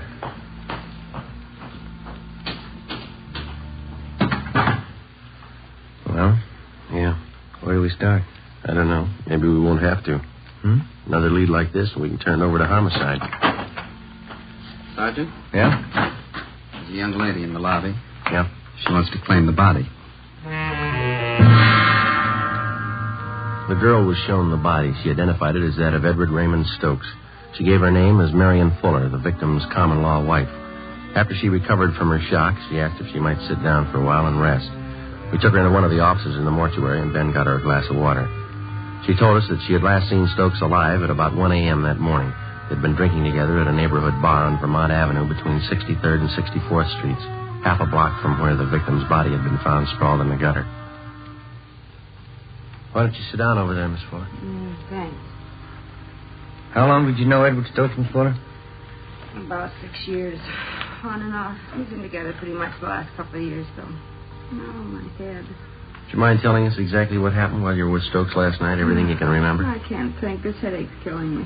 Well, we should try, Miss Fuller. It's important. Well, Eddie and I had dinner together at the Spanish Oven, place down on South Fig. That was about 7:45. Then we drove out to the Brown Barrel on Vermont, the bar I told you about. Yeah. Eddie and I go there most of the time. We stayed there and drank, played a little shuffleboard. Oh. Yeah, go ahead. Oh, we stayed too long. Drank a little too much. I started talking to this fella next to me, and he got sore. Always got jealous when he was drunk. Poor Eddie. Did Eddie fight with this other man, Miss Fuller? No, I stopped him. That made Eddie mad. He never could drink right. He always wanted to pick a fight. Who was the other man, you remember? No, I don't. I guess I had a lot to drink, too. He was just some guy at the bar. His headache. Well, it's not going to take much longer. Just a few more questions. That organ's getting on my nerves. What happened after you broke up the argument between Stokes and the other man? Oh, nothing. We stayed in the bar. Eddie played shuffleboard most of the time. I was one of the booths drinking. Yeah? Around 1 o'clock, I started feeling sick, so I went outside and sat in the car. I guess I passed out there. In your car? No. I guess it belonged to one of the fellows in the bar. I passed out, and that's all I can remember. Did you sleep in the car all night? No. I guess whoever owned it drove me home. Well, how did they know where you lived? It must have been one of her friends. I don't know. I don't remember anything until this morning. They phoned me up and said Eddie was dead. Who phoned you, Miss Fuller? One of our friends. I don't remember. I had a rotten headache. Well, you can do better than that. I tell you, I don't remember. They phoned and told me Eddie was dead. Somebody ran Eddie down. All right. Where are we going? Downtown. We'll have a stenographer take your statement. Oh, I've got a terrible hangover. I've never had one as bad as this. Neither has Eddie. Let's go.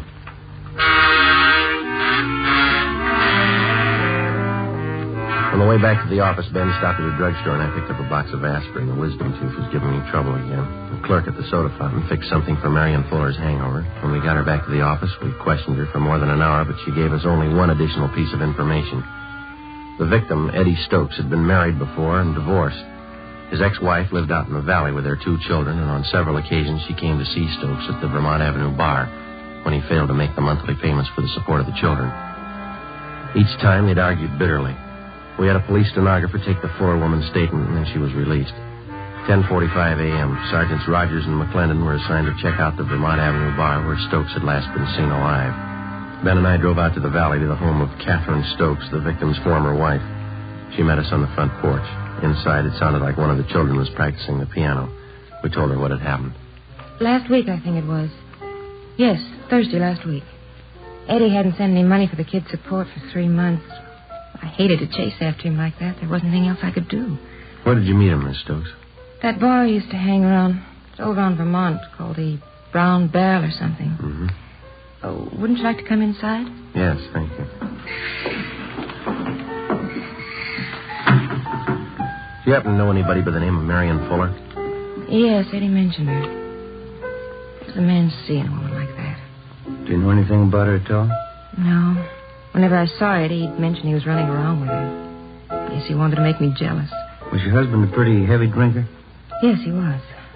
So I got the divorce. Eddie was such a fine boy when we got married. Good home. You didn't know any of the people he'd been running around with lately? No, just the Fuller woman, that's all. Can you think of anything at all that might possibly have a bearing on his death? No. Eddie was probably drinking, wandered in the street, and a car hit him. I don't know. Oh, there's the bakery man. I've got to get some bread and a few things. Excuse me? I think that's about all, don't you, Joe? Yeah. I'll tell you, I'll leave our card here, Miss Stokes, in case you want to contact us for any reason. All right. It was so wonderful when we were married, Eddie and I. My folks gave us this house as a wedding present. We got wonderful presents. Yeah. We had everything we wanted. A car, nice house, kids. It was wonderful till we started drinking. Then everything went. Job, everything. Started all of a sudden. I never knew why. Yes, ma'am. How do men get that way? How do they start? I don't know. We only see a part of it. Yeah? When they finish.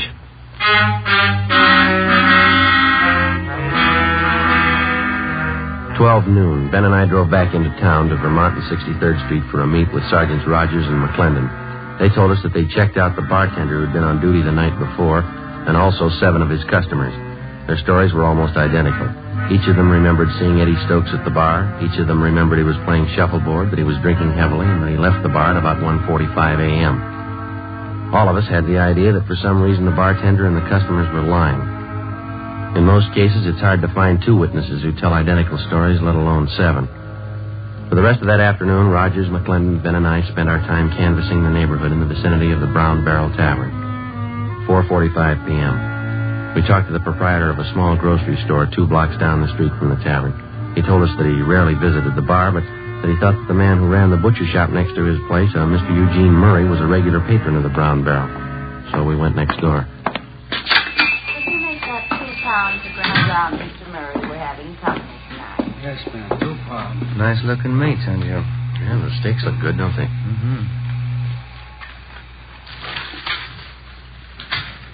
2 pounds. All right.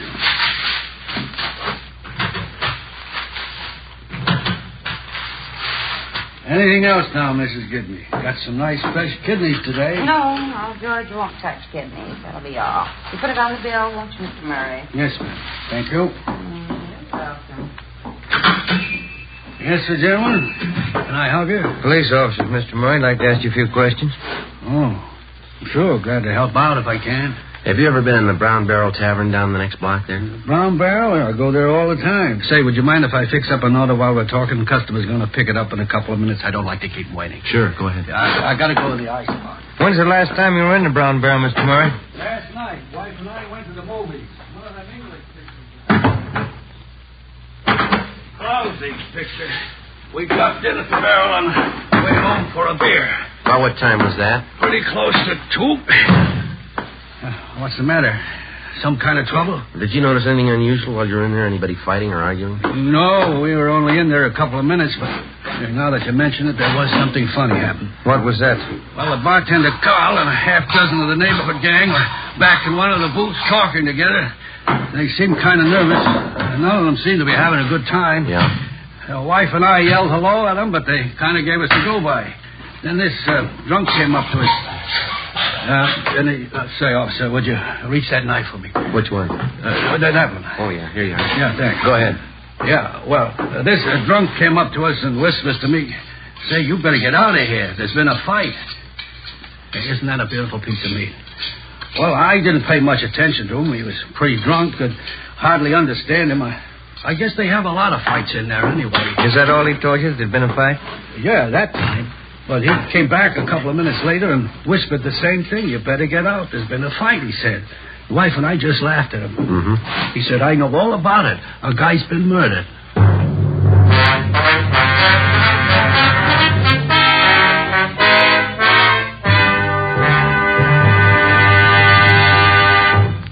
You are listening to Dragnet, the case history of a police investigation, presented in the public interest by Fatima Cigarettes. Fatima, the long cigarette that has more than doubled its smokers coast to coast.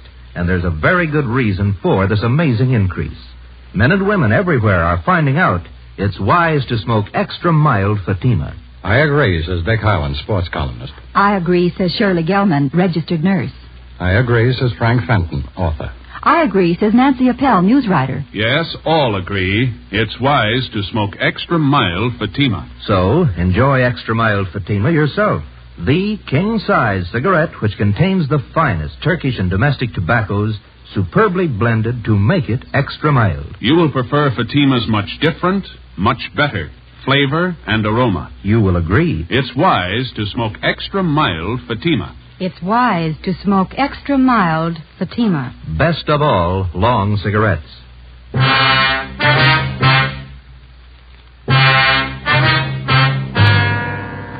6 p.m. Ben and I went back to homicide to turn the case over to them. They asked us to handle the investigation for another day because they were short of men at the moment and because there was still a big doubt as to whether or not Eddie Stokes had really been murdered. Actually, the only solid lead we had was the second-hand testimony of a drunken witness, that and the deputy coroner's doubts that Stokes was actually the victim of a hit and run. Mr. Murray, the butcher, didn't know the name of the man who told him that there'd been a murder, and he could give us only a meager description.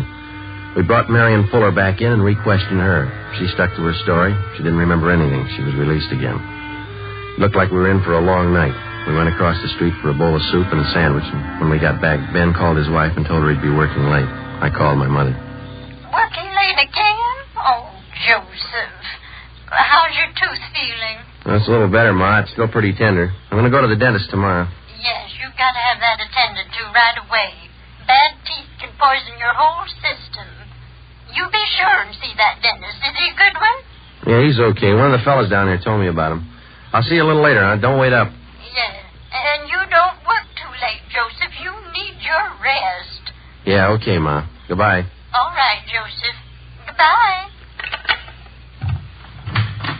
Joe. Yeah? Just talked to that butcher's wife on the phone, Miss Murray. What'd she have to say? Asked her the same questions we asked Murray. She couldn't add much. Same story. You got something for me? Yeah, Matt? Rogers and McClendon just called in. They're still out at that bar. Yeah? Finally got somebody to talk a little. What'd they get? The bar boy out there. He says there was a fight happened about 1:30. Doesn't remember who was fighting. Not much help. Bar boy's name is Milner. He told Rogers he went outside about 20 minutes to 2 to put the garbage out. He saw the Fuller woman asleep in that car. You get the license number? No. Said there was a ticket on the windshield. Ben and I checked with the sergeant of the watch at 77th Street Division.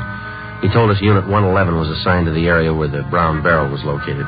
In checking their worksheet, we found that Unit 111 had issued a hang-on citation the night before to a car parked near 6330 and 1/2 Vermont Avenue, the address of the Brown Barrel Tavern. We checked the license number through DMV and found that the car was registered to a William R. Huddy, 14 Naylor Street. We drove out to the Naylor Street address and talked to Huddy's wife. She told us he was playing in a shuffleboard tournament that night at a bar down on South Olive Street. 8:55 p.m. we checked in at the bar. Bartender. Oh, yes, sir. What'll it be? Do you know if there's a William Huddy in here? He's supposed to be playing a shuffleboard game here tonight. Oh, yeah, I know. He's with the Highland Park team. Yeah, let me see. Yeah, that's him up now, out on the blue shirt. Thank you. Come on, Ben. That's it, Bill. Good weight. Make it another 3. That cleans him. Good one, Bill. Yeah, that's pretty close. Beat that one, Max. Excuse me? Yeah? Are you William Huddy? Yeah, that's right. Police officers. We'd like to talk to you a minute. Oh? What about? I'd like to ask you a few questions. You step over here a minute. Yeah, all right. Were you at the Brown Barrel Tavern out on Vermont last night? Yeah, I was. Why, what's the matter? You know Marion Fuller? Yeah, she hangs around the place. She goes with a guy named Eddie. Did you drive her home last night? Yeah, as a matter of fact, I did. She passed out in my car. She's a nice kid, but she drinks a lot. I drove her home. Do you mind telling us what happened at the bar last night when you were there? Well, I come in about 9 o'clock and I start playing shuffleboard with a couple of guys. This guy, Eddie Stokes, is one of them. Yeah? We got in a beef with a guy at the bar over Marion. It's nothing big, though. Guy left after a while. Mm-hmm. Go ahead. That's about all. I left the place around 1:30, and this Eddie was beefing with some merchant seaman about that time. Was the Fuller girl still at the bar at that time? No, when I went outside, I saw her sleeping in my car, so I drove her home. I left her off and then come back to the bar. That's when they told me. Told you what? Well, they said Eddie had a fight with this merchant seaman. They said it'd be better if we kept it quiet. Who told you that? Call the bartender. But I got the real story from one of the fellows I was playing shuffleboard with, Leo McCarty. What did he tell you? Well, he said that when Eddie Stokes left, the merchant seaman followed him out. He said he chased Eddie. McCarty went out about 5 minutes later. Yeah? Well, the merchant seaman was gone, and Stokes was lying in the gutter down the street. Mm-hmm. Did McCarty look at him? Yeah, he said Stokes looked pretty bad. So he looked like he was dead, but I wouldn't believe that. Why not? This McCarty always exaggerates. 10:15 p.m. We had William Huddy come back to the office with us, where we questioned him further and took his statement. Then we had his friend Leo McCarty brought in, along with the bartender at the Brown Barrel Tavern and the customers that he'd framed his story with. McCarty was the first to give us the straight story, and then the others followed. The bartender, Carl Jansen, who also owned the bar, was the last to break. How about it, Jansen? Why didn't we get a straight story to begin with? Well, what about the publicity? How would that look? A murder around my place. Could work out worse than that, Mr. Jansen. You've been withholding evidence. You talked these people into the same deal. I'd protect myself. The newspapers, all the scandal, the recommends business. I had to keep it quiet. It's not my fault that Stokes is killed. I didn't do it. I'm not to blame. No, but you know who is to blame. Now, how about it? Who is he? Well, he works on the ships. Comes in here most of the time when he's in port. What's his name? Henry Baxter. I've cashed some of his paychecks. Ben, you better get the captain, huh? Yeah. Hit and run felony Friday. Oh, yeah. No, just a minute. For you, Jansen. Oh, yeah. Thank you.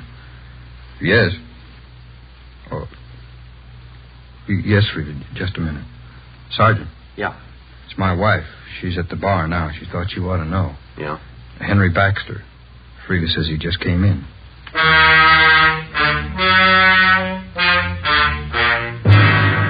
I talked to Jansen's wife and told her to delay Baxter as long as possible without arousing his suspicions. 11:25 p.m. Ben and I and Mr. Jansen, along with Rogers and McClendon, drove out to the Brown Barrel Tavern on Vermont. When we got there, Baxter was gone. Mrs. Jansen told us he was pretty drunk by the time he left the bar. She'd watched him go down one block, cross the street, and then enter a small nightclub on the opposite side called the Pink Shamrock. She'd been keeping an eye on the place, and as far as she knew, Baxter was still inside. We went down the street to the nightclub. Rogers and McClendon covered the back entrance. We got inside in the middle of a floor show. A blonde was doing some kind of a dance. Can you spot him, Mr. Jansen? No, I don't see him yet. How about over on this side, back in the corner there? No, he's not there. It's so dark in here, I can't see too well. There's the rear exit to the place. He could have slipped out that way. Gentlemen, like to have your picture taken? Souvenir photograph? No, thanks. Maybe we better check with the waiter, Ben. Sergeant, just a minute. That man over there at that table. Where? Yeah, I'm almost positive. Where? Right there, next to that pillar. He's just behind it, you see. Yeah, that's him. All right. Come on, Ben. You stay right here, Mr. Jansen. You bet.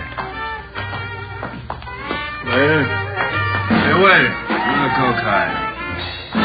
You waiter? Another Coke high. Your name is Henry Baxter? Yeah, that's right. What? Police officers like to talk to you. Yeah? Well, sit down. Outside. I saw nothing. Never see a show. Let's go outside. Come on, Dexter. Hey, wait a minute, Willie. What's the beef, anyway? You know what the beef is. Sure, I know what the beef is. Come on, let's go. The lousy punk Eddie Stokes trying to give me a bad time. Now he knows what a bad time is. Dexter, come on. Lousy punk Stokes. I showed him how it's done. Keep your voice down. I slugged him. Pounded his head on the curb. He was drunk. He never knew what happened. Come on, outside. Hey, everybody, I killed Eddie Stokes. I killed him.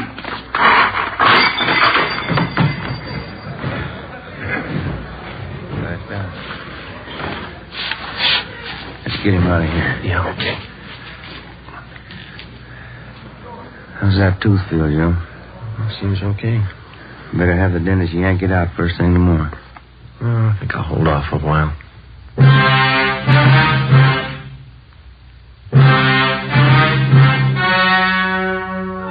The story you have just heard was true.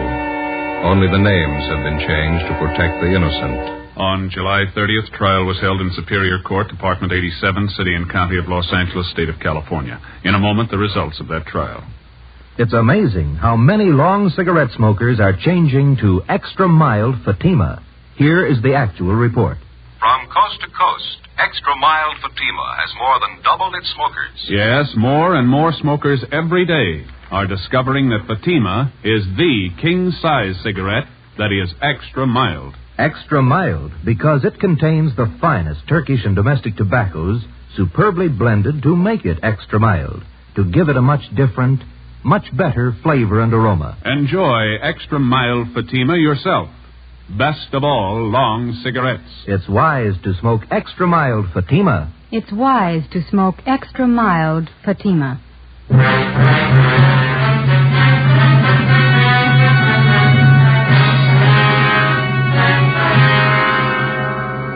Henry John Baxter was tried and convicted in Superior Court of manslaughter. He received the sentence as prescribed by law and is now serving his term in the state penitentiary.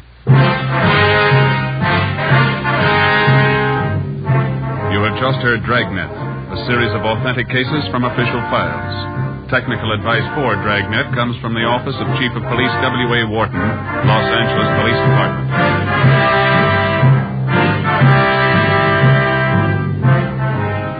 Fatima Cigarettes, best of all long cigarettes, has brought you Dragnet, transcribed from Los Angeles.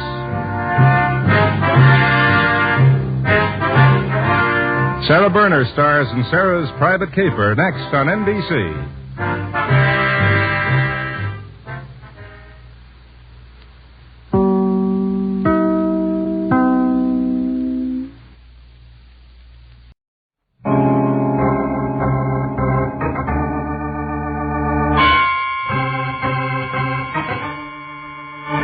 My name's Regan. I work for Anthony J. Lyon, Detective Bureau. They call me the Lion's Eye.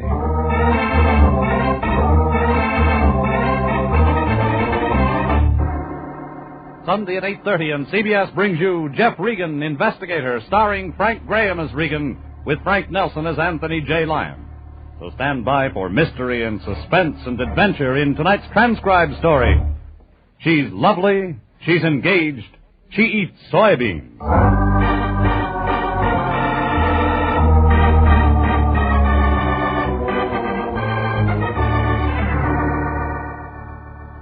This one revolved around a beauty, the kind that drives some men mad, some to murder. Her name, last week, was Miss Fireworks on the 4th, but she didn't have to worry about catching on fire. Everything was insured. But there was somebody that didn't like her in a bathing suit, and a big guy that shot skeet and never missed. But once. I got a call from my boss, the Lion, last Wednesday morning before breakfast. Said he had to see me right away.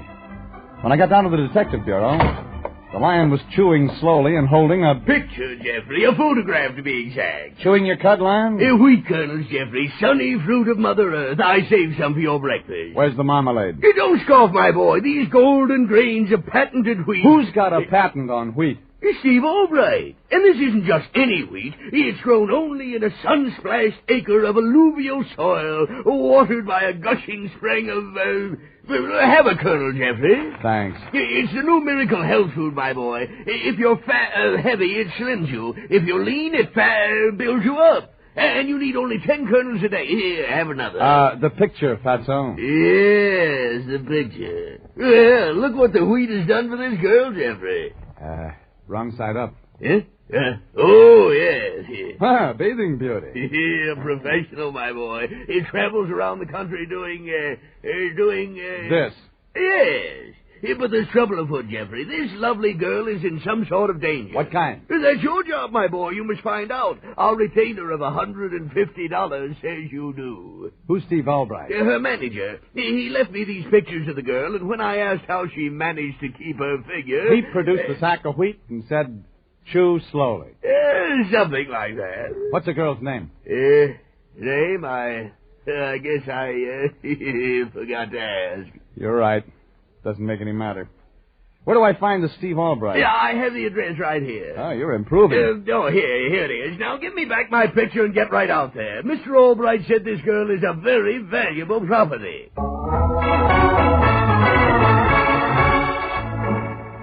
Some photographs lie, but these told the truth. About soft hair flowing down to the waist. A fluted figure, tight in a two-piece bathing suit. If you look real close for it. Now, who'd want to get a girl like this into trouble? But somebody did.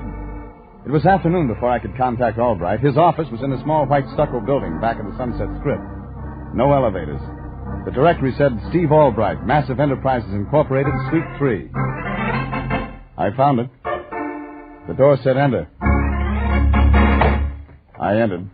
Regan, excellent. The office was one room, a desk, and... Steve Albright is my name. Perfect. Glad you got here so soon. Excellent. Glad to know you. Wonderful. You're thinking this is a small office, that Massive Enterprises is broke. I ask you to examine the books, Mr. Regan. You've paid us. There's somewhere in this drawer. Oh, here they are. Excellent. Where's the girl? We'll come to her, fine. Graham. The books. You see? They go back to 1948. That's when I found her. What do you call her? Actual name, Jerry Shoulder. Marvelous. But no one knows her by that name. As you can see in the books, Mr. Regan, it's always something like Miss Gold Coast. Mm-hmm. Let's see. Chicago, $1,436.56. 2 days' work. Pictures, endorsements, radio shots. Mm-hmm. Good money for 2 days' work. Jerry was Miss Coal Tar Derivatives for the Duplan Manufacturing Empire. $2,769.84. In 3 days. Marvelous. Of course, the flower festivals and all have a bathing beauty contest, but they find it much simpler and more advantageous to have a professional win. She knows how to pose, she knows what to say and do, and, of course, she's more beautiful. Makes sense. You say she's in trouble? We did very well in Kansas City as Miss Ground Round for the butchers. I want to know about now. Well, since we've been here, Mr. Regan, there have been innuendos, threats against her life. Why? I don't know. Well, here, you can see from a picture. You left pictures of her with Lion, I'm convinced. I mean, Mr. Regan, it's seldom that a girl comes along who has all... delightful. I mean, it's insured. Insurance is a wonderful business. Yeah, $100,000 overall. And Lloyd's of London will pay $10,000 if she injures those legs of hers. Mm-hmm. You want me to act as her bodyguard, eh? Precisely, Grand. Delightful. That is, if you feel you can resist her. You see, Mr. Regan, her value as a professional bathing beauty is ruined if she gets mixed up with men. Marries. Uh-huh. You, got a policy on that, too? $50,000. I promise I won't marry the girl. Your big job is to keep men away from her. What man? His name? Banyan. He's tall, good-looking. Yeah, I know him. Cheap rackets here. Oh, excellent. Then we can do business. Just curiosity, Albright, but what about the golden grains of patented wheat? Oh, that's just a sideline of our enterprise, Mr. Regan. Women wonder how Jerry Shoulder managed to keep what you see in this photograph, so we started a little health food business on the side. Yeah, another thing, if something happens to Jerry Shoulder, who gets the insurance money? Massive Enterprises. Which is? Me. I checked the insurance policies. They seemed genuine. I asked where I could find Jerry Shoulder and was told the beauty parlor. Where else? And that's where I headed, only instead of a parlor, it was a beauty salon. The doors were plate glass, the doorman, an electric eye. The plate glass swung out. I swung in.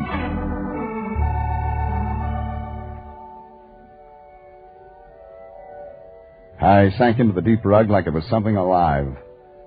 The place was wired for music. There were flowers and a statue of Aphrodite, life-size, standing in the fountain.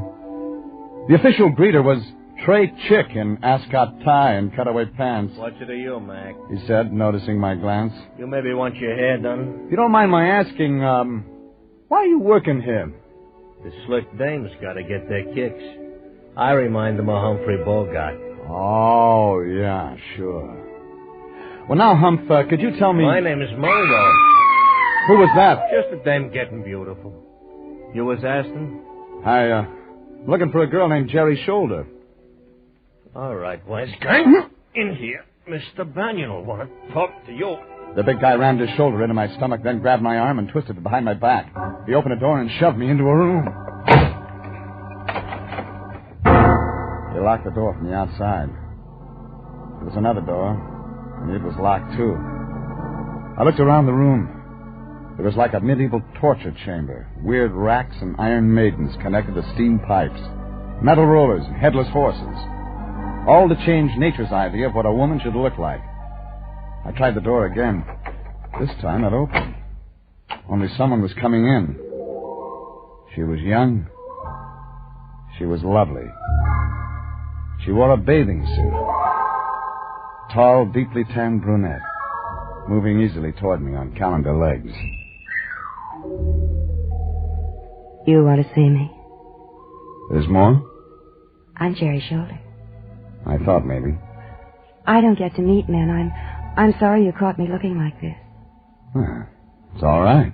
You see, I just had my hair done and had to wrap it in a towel. Oh, yeah. Mungo tried to keep me out of here, but I persuaded him to let me come in. You wanted me for something? I'm your new bodyguard, lady. Steve's starting that again. He doesn't want you to get into trouble. Oh, you wouldn't let anything happen to me, would you, Mr. Regan?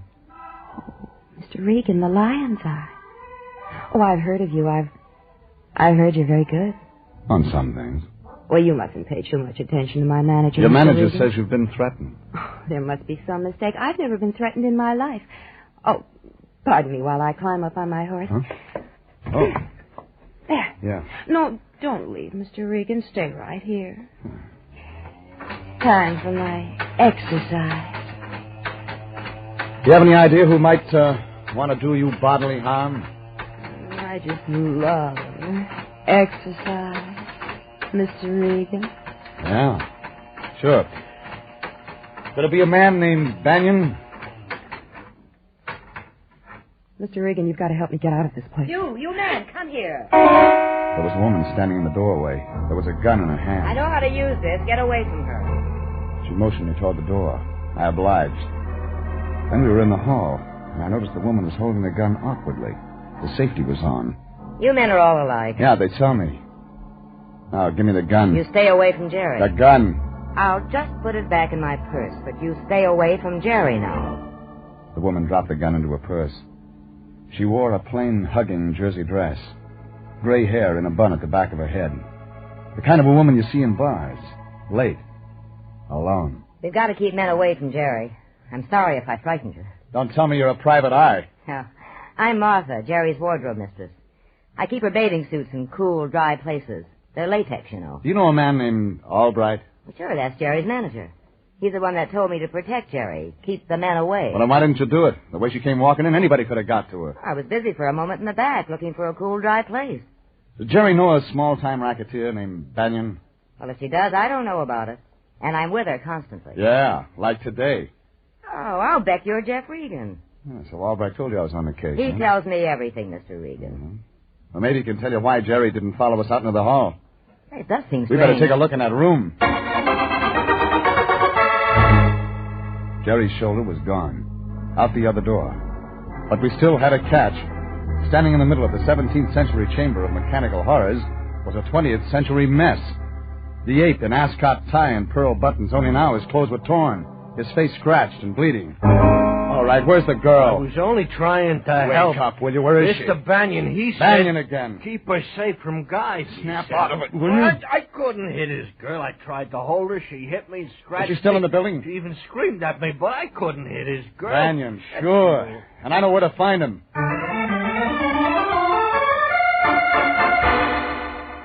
Banyan operated out of the 7 Club. But when I checked, he wasn't there. I finally caught up with him outside of town, in a spot hidden from the highway. A country club. A gambling joint that featured bare-knuckle bouts, cockfighting, and now, Banyan, with a shotgun in his hands, shooting skeet. Pull! Dead duck. Nice shooting, Banyan. Talking to yourself, Banyan? Huh? Oh, Regan. Shooting clay pigeons a little out of your line, isn't it, Banyan? Clay pigeons? You never know which way they'll fly. Sharpens the eye. Pull! Yeah. Makes it easy when you're trying for a larger target. Nice spot you got here. Doesn't belong to me if that's what you're after. No. The way I read it, brand new beauty parlor belongs to you. Likewise, a guy named Mungo. That's your new front. Regan, it's a salon. Oh, yeah, I thought. What I'm after, Banyan, is a girl named Jerry Shoulder. Never heard of her. Beautiful, isn't she? Very. Look, I'm playing for keeps. Oh? You won't mind if I just slip a few more shells into my shotgun. Just remember, I don't scare. Oh, I'd almost forgotten. Open up, Banyan. Jerry Shoulder. You know what my enemies are saying, Regan? That Jerry Shoulder's as good as dead. Pull! You missed. This time. I checked the club grounds. No Jerry Shoulder. She wasn't with Banyan. I headed back to L.A. fast.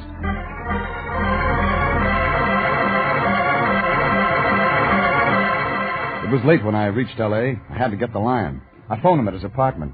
Nobody home. I called again 15 minutes later. Still no answer. I was getting worried. I went to his apartment. He wasn't there. I checked with the janitor. He told me the line was on the roof. That's where I found him. In bed. Lion. Hey, Lion. I'm Detective... Oh, it's you, Jeffrey. Why is the boy scouting on the roof? I'm sleeping in nature's own clean, sweet air. My boy. I moved my cot up here just this evening. Look, Lion. You're sleeping under the stars, just as Mother Nature intended. Lion, If Mr. Albright says my shoulder sleeps out even when it's raw, it's part of their health plan. Look at me, Jeffrey. I'm thinner already. You know, I've only had 8 kernels of the patented wheat today instead of 10. I did without dessert. Listen, Fatso, I'm heading for Jerry Shoulder's hotel. I want you to check on Banyan. You that low criminal? Find out where he's been the last few days, how he's been spending his time, everything. Keep an eye on it. All right, Jeffrey, if you insist. I insist. Do you think you'll find Miss Shoulder at a hotel? Maybe. If she's alive.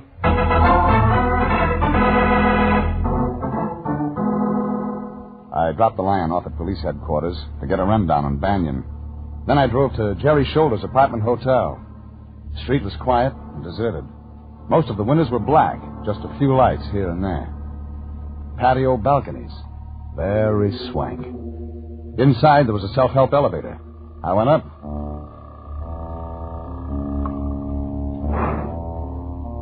The elevator opened onto a long corridor. A small night light down at the end. The room was 306.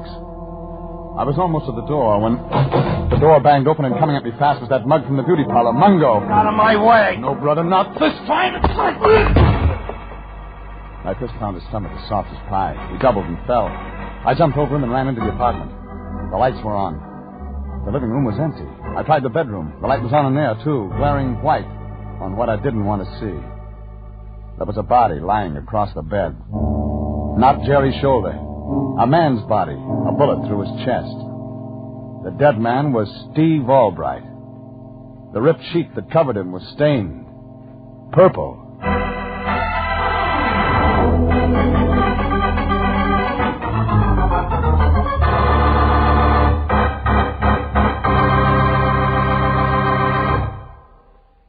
This is CBS, and you are listening to tonight's adventure with Jeff Regan, Investigator, entitled, She's Lovely, She's Engaged, She Eats Soybeans. Steve Albright was dead in Jerry Shoulder's apartment. A bullet hole in his chest. And what looked like purple acid burns through the bedclothes. I'd caught Mungo, the well-dressed ape from the beauty parlor, coming out of the apartment door. And I knew that Mungo worked for Banyan, the racketeer. Albright had hired me as Jerry Shoulder's bodyguard. He'd have done better to have hired me as his. I called Candidate Homicide. Now, the police photographers were gone. We were waiting for the coroner. Candid sitting on the bed next to Albright's body. Candid was eating Fig Newtons. Well, I'm glad you held on to Mungo, Regan. You think he did it, Candid? Open and shut case. You know, Jerry Shoulder was insured, but plenty. Yeah, you said. I called the night number of the insurance company right after I called you, Candid. They said all her policies were in effect but one. You know which one? I'm not interested, Regan. I've got the killer. It was the one that would have paid off to Albright. The deceased. If Jerry had married. That policy lapsed a month ago. Well, my insurance is always lapsing. Yeah, well, this one lapsed because Albright married Jerry Shoulder himself. What? The company wouldn't pay on that. And Albright couldn't let it out because there's no such thing as a married bathing beauty. So Mungo was nuts about the dame. She gives him the come on. He finds out about her being married, comes up here and... And? Have a Fig Newton, Regan. They're real fresh. And? Well, he was going to kill the girl, like they all do, Regan. You know that. But Mungo gets real mad when he finds her husband in her bed, and he knocks him off. Mungo denies it. They all do, Regan. You know, Kenneth, the way the bullet entered, looks like it was a hurry-up job. So Mungo was nervous. You know Mungo worked for Banyan. We've got the killer. Mind if I, turn out these lights? Hey, now, wait a... Regan, I can't see. Yeah, it's kind of dark in here. Regan, where are you? I feel something moving. There's a dead guy in here, Regan. Give your eyes a chance to get used to the dark. Oh, gee, turn the light on. Huh? Barely make out the figure on the bed. In the name of the law, Regan. Okay, Candid. I've got all I need here.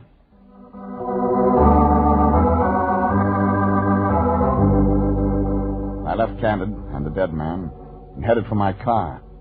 But I saw something across the street that stopped me. A long black convertible with the top up. Over the wheel, I could see a face. Banyan. I ran across the street, grabbed the door handle just as the car started to move, opened it, and pulled the handbrake. Take it easy, Regan. You're liable to get hurt. Are you waiting for someone, Banyan? What I do is my business. Been up to Jerry's apartment tonight, Banyan?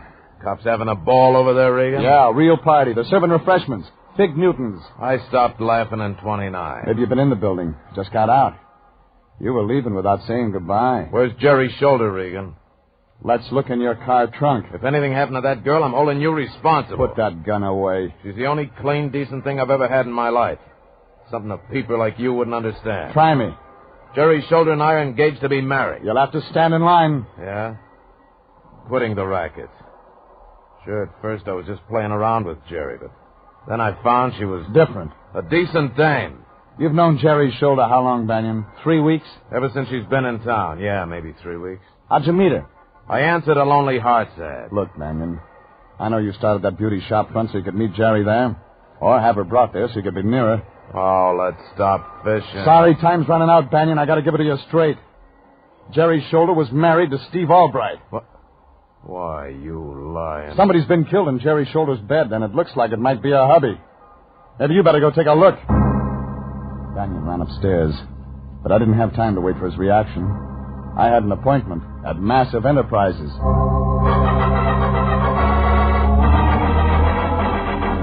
It was 4 a.m. now. A clear sky, pouring cold moonlight down on the deserted stucco that housed Massive Enterprises Incorporated. The outside door was open. Steve Albright's office was locked. It opened on the third key. I tried. I snapped the overhead light on. Everything just as I remembered it. I opened the desk and found what I wanted. When Steve Albright had said that Massive Enterprises consisted of himself, he was almost right. The health food sideline was in the name of Martha Highgate. I used the phone to raise the line. Tried every place I thought he might be. Then tried the office of the Detective Bureau. Yeah, Anthony J. Line, Detective Bureau. Anthony J. Me, Line. Fatso. Oh, Jeffrey, my boy. I've been trying to locate What'd you get on Banyan? That's what I wanted to tell you. I picked up his trail at the Seven Club. He was with Jerry's shoulder. Well, yeah. Yeah, I just talked to Banyan. Yeah, I'm not surprised, Jeffrey. I took his girl away from him. Jerry's shoulder? Yes, when they came out of the club, Banyan went to get his car. I spoke to Miss Shoulder and told her she was in great danger. Showed my credentials, and she came with me. With you? Yes. Oh, she's a very nice girl, my boy. She said she's had to go around with Banyan. He practically forced her to accompany him. Where's Jerry's shoulder now? Well, she was here at the office up until an hour ago. We had a midnight bite of wheat and quite a nice chat. She's gone? Well, I was out getting a drink of water, and when I came back, she was gone. Anything else on Banyan? Oh, yes. There is no Banyan. Come again? Banyan is just one of the aliases taken by a hoodlum whose real name is Highgate. Highgate. And he has an older sister named Martha. Yes, but how... That's all I needed. Thanks, Lion. It began to make sense. When Banyan saw Jerry's shoulder had run out on him, he phoned downtown to Mungo, had Mungo check her apartment. That's where I found him. I looked through Albright's desk and found Martha Highgate's address. It was the Rondo Hotel. When I got there, the room clerk was smiling. Room 405, Regan, but you won't find Martha Highgate up there. Who will I find? Smooth dame. Must be a friend. Had a bottle and some ice cubes sent up just a little while ago. Celebrating. Celebrating? Wearing a bathing suit.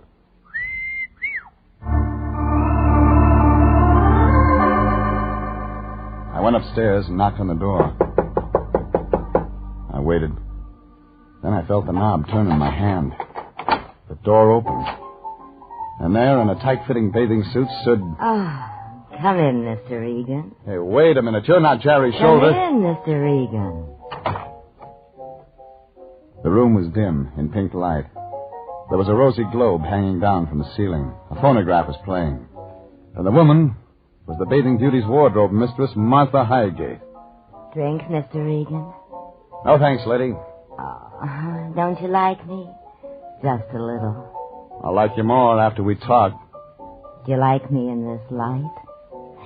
See, I kept my figure young, Mr. Regan. You can't cheat Father Time with a pink light, lady. My hair looks almost black, if you don't stand too close. It's long, Mr. Regan. You even had the bellboy fooled with that bathing suit and your hair down, Martha. I'm Jerry's shoulder now. It'll take more than wishing to give you what she has, lady. Maybe a little drink will improve your eyesight. No one's eyesight's too good in a darkened bedroom, Martha. Bedroom? You loved Steve Albright, didn't you, Martha? Love Steve? Oh, sure, and he loves me. Yeah, he did all right by you, too. Made you part of massive enterprises, gave you a cut of the profits. But that wasn't enough. You wanted him. I've got him. Oh, no, lady. Somebody's got him now, but not you. Not Jerry's shoulder. Steve Albright is dead. Dead? One thing, lady, you didn't know that Steve and Jerry were married. Steve? Jerry? Yeah, you should have turned that bedroom light on before you threw that acid. What do you mean? Jerry was on a date tonight with your brother. No. You killed Steve Albright, her husband. Steve? You made certain with a gun. But you couldn't stand the thought of Jerry's shoulder looking beautiful even in death. So you used acid, too. I can use this gun again, Mr. Regan. Oh, no, you won't use it again, Martha. You're a one-time gal. You won't kill again. Don't try me. Give me that gun, Martha. Stand back. Give it to me. All right. The muzzle blast was hot on my face. But Martha was still a poor hand with a gun. The bullet went wild, and I had her by the arms, tight. Get your hands off her, Regan. Banyan. Oh, honey, I knew you'd come. I knew you wouldn't let me take him. All right, give me the gun, Regan. One inside your coat, too. That's right. You won't get away with this, Banyan. What's Regan doing here, sis? Shoot him. Kill him, honey. What's Regan doing in your room? Well, he was going to take me in for killing Steve Albright. But now you won't let him. You won't let him, will you, honey? Why the bathing suit? She went up there to kill Jerry's shoulder, Banyan. Why the bathing suit? I'm as beautiful as she is. Jealousy, Banyan. Your sister wanted Steve, but he fell for Jerry. How about it, sis? I wish now they'd been together tonight. I didn't know they were married. I'd have killed both of them. That's why I threw Jerry at you, honey. You wanted her, and I wanted to get rid of her. Oh, gee, I'm glad you showed up, honey. Now, come on, kill Regan. Come on, shoot Regan. No. That's not the way it's going to be. All right, Regan, here's your gun. What? Thanks, Banyan. What are you doing? You're my brother. You can't do that. You can't turn me in. You don't need to worry about Martha, Regan. No, I can't. So Jerry was married. Well, all that's over for me. But you tried to kill her, Martha. So I'm turning you in myself. No, you can't. That'll hurt me. You're my brother. Yes, The woman in the you're my bathing brother. suit, flattered with a rosy light, allowed her brother to take her by the arm and lead her from the room.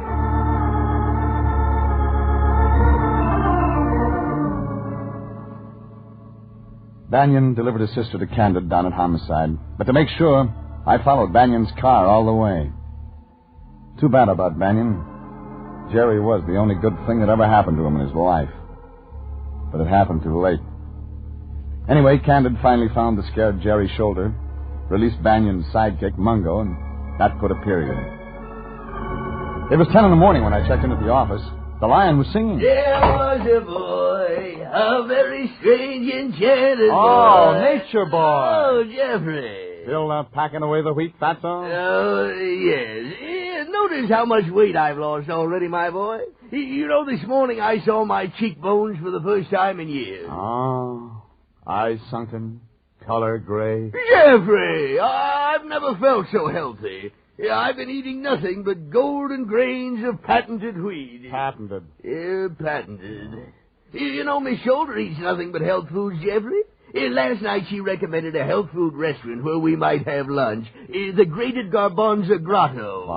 Fine. It serves nothing but the finest dried soybeans. Good.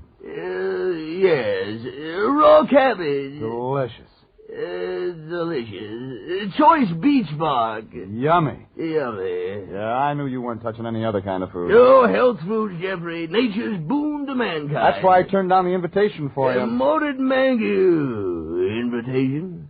What invitation? Of course, I'm going. You're going where? Candid's barbecue out at his place. You were invited, but I knew you wouldn't be interested. Barbecue? No, you wouldn't want hot buttered corn. Corn? Rich Caesar salad. Salad. Mounds of golden brown French fried potatoes. Oh. Steaks 4 inches thick. So long, Lion. Jeffrey, wait for me!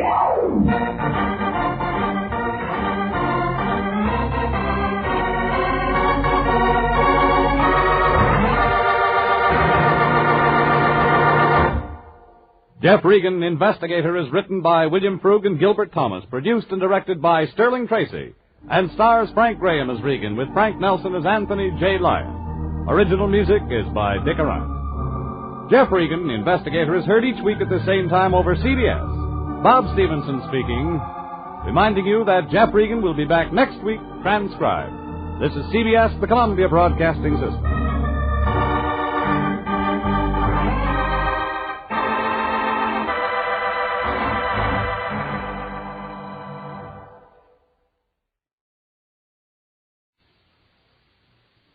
Ladies and gentlemen, this true story concerns the heart of a great city. It took 58 minutes to resolve the question of its safety or its total destruction. This is the story of those 58 minutes. Only the names have been changed to protect the innocent.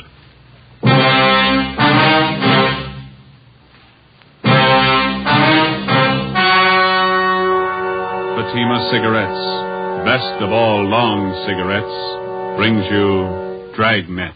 If you want a long cigarette, smoke the best of all long cigarettes. Smoke extra mild Fatima. Yes, Fatima is the king-size cigarette which contains the finest Turkish and domestic tobaccos superbly blended to make it extra mild, to give Fatima a much different, much better flavor and aroma than any other long cigarette. That's why Fatima has more than doubled its smokers coast to coast. Enjoy extra mild Fatima yourself. Best of all, long cigarettes. It's wise to smoke extra mild Fatima. It's wise to smoke extra mild Fatima.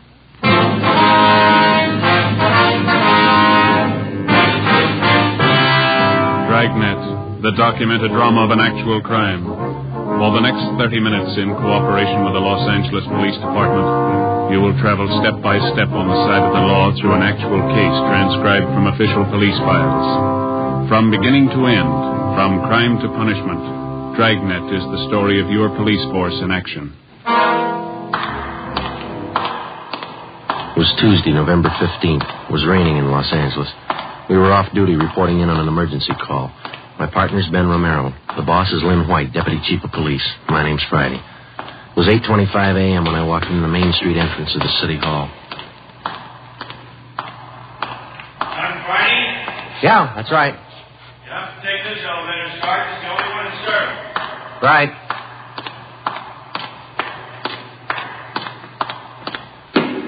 Thank you. Yeah.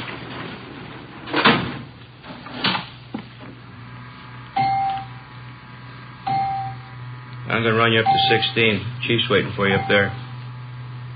Well, what's the pitch? Only one elevator here in service out of 10? The place looks deserted. What's going on? Well, nobody in the building, Sergeant. All the office people have been sent home. Lots of trouble. Somebody declare a holiday? No joke, Sergeant. Big trouble. Well, you convinced me. What is it? Here we are. 16th floor. Okay. Over here, Friday. Right. Hi, Jim. Hello, Ben. Made good time. I came as soon as I got the call in. Sorry to have to bring you back in. You worked last night, didn't you? Yeah, midnight to 8 this morning. Sorry. Come on. What is it, Skipper? Why all the hush-hush? Wait till we get inside. In here. Okay. Number one, let's keep our voices down.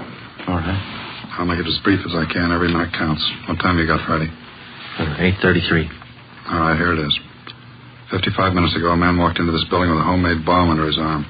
If we don't release his brother from the county jail by 9 o'clock this morning, he says he'll pull the trigger on the bomb and blow up the whole building. He's kidding, Skipper.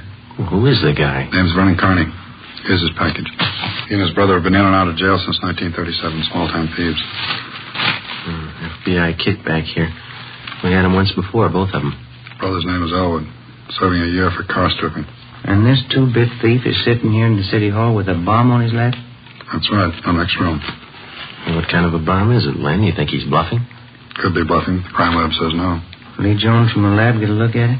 He's been in here twice. One end of the box is glass. Says he can't see much without a closer look, but you can't get near the guy. All right, what do you want us to do? It's a volunteer job. You can take it or leave it. I won't order you to do it. How do you want to handle it? You sure you want a piece of this, Romero? No, he doesn't. He's got a family. Can you get me another single man? We'll give it a try. Wait a minute, Joe. What makes this job so different? Every time we kick in a door, we never know what's on the other side. That's what makes it different. This time we do. No, you're not going to cut me out. Not the only time I know what I'm getting into. All right. Chandler's tried. Hannon, Davis, Watson, they've all tried. This guy Carney knows what he's doing. He's no pushover, but somebody's got to get that bomb away from him. Joe, baby, now. I looked at my watch. It was 8:36. We left Chief White and started down the hall. If Carney was going to make good his threat to blow up the building by 9 o'clock, we had exactly 24 minutes to talk him out of it. Ben and I figured we'd better look him over first and then work out some kind of a plan. Maybe just talking to him would do it. Vernon Carney was sitting in a straight-back chair against the far wall facing the door. He was seated between two windows that looked out over the city. In the center of the right wall was a connecting door leading to the office where Chief White had briefed us. The door was locked on both sides. Just off the center and favoring the left of the room was a small filing table. There was a dictaphone on it. In the near left corner, shielded by a white screen, was a small wash basin. Vernon Carney sat erect, holding a black box on his lap. He held his right hand inside one end of the box. Ben and I walked into the room. What do you say to a man with a bomb? That's close enough. Cigarette, Carney? I'm not smoking right now. What are you trying to prove? You know what I want. We're not going to let your brother out of jail. You've got until 9 o'clock to change your mind. According to that clock up there in the ward, you got 24 minutes. If we go, you're going with us, Carney. Don't take much of a brain to figure that one out, copper. What made you think you could get away with this? I haven't yet. It ain't 9 o'clock. Unless that clock's slow.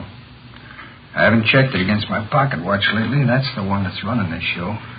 You given any thought to all the innocent people that are going to go up with that thing of yours? My brother's innocent. I want him out of jail. The court says he's guilty. He'll get out when he serves his time. That's where you're wrong, copper. He gets out at 9 o'clock this morning. All right, come on, Carney. Get your hand out of that box. Put the box on the table. You think I'm bluffing, don't you? I'm going to let you get within 5 feet of me before I make a liar out of you. All right, Carney. I guess you mean business. You can take 3 more steps and find out for sure. Suppose we did let your brother out. We'd just come out and pick him up again, you along with him. If you could find us. Let's get this straight. If we let your brother Elwood out, how do we know you'll keep your promise? What promise? I haven't made any promises. You just get Elwood down here first, then we'll talk about it. Look, there's just one thing I can't figure, Carney. Yeah, what's that? If we don't let your brother out, you say you'll pull the trigger on that bomb. What are you going to prove by then? 8:37 now. You got 23 minutes left? No, I wish you'd answer that one for me. Why do you want to kill a lot of innocent people? Don't try to con me, copper. I know they cleared everybody out of this building 45 minutes ago. I know they cleaned out the whole block. They got it roped off. Where'd you get your information? I got a couple of windows here to look out of. Don't you think it's about time you sent somebody over to get Elwood? What's to stop us from leaving the building along with the other few officers and let you sit here and touch your fat bone? Go ahead. Won't be a long wait without you. Who are you trying to kid? You'd let me blow up $10 million worth of taxpayers' money? No, you're going to let Elwood out. You wait till the last minute to do it. But you let him out. All right, let's go.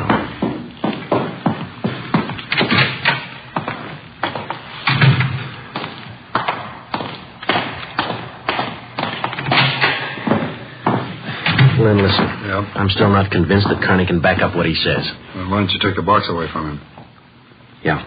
Well, we're in a spot, let's face it. How about us getting him first? How are you going to handle it? I'm not top man on the pistol range, but I could wing him. Then he hands the box to you? Or maybe he falls and his reflex action pulls the trigger. Okay, I don't wing him. I stop him for keeps. You just can't walk in there and shoot him down. Why not? You do the same thing with any armed criminal. Yeah, but you warn him first. I'll warn him. And after you shoot him, you find out it's a harmless gadget. Couldn't have gone off in a million years. No, a gun's not the answer. We can't shoot him until we're positive. We'll be positive by 9 o'clock, but then there might not be anybody around to shoot him. We've located Kearney's apartment. There's a detail out there checking it now. Bocelli and Morris.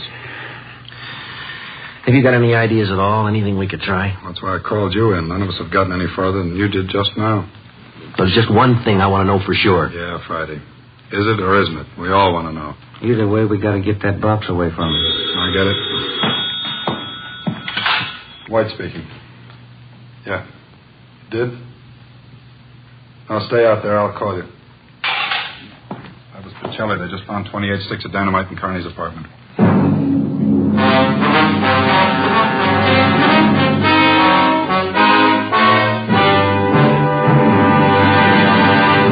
You are listening to Dragnet, the case history of a police investigation presented in the public interest by Fatima Cigarettes. If you smoke a long cigarette, it will be in your interest to listen to a typical case history of a Fatima smoker recorded last week in New York.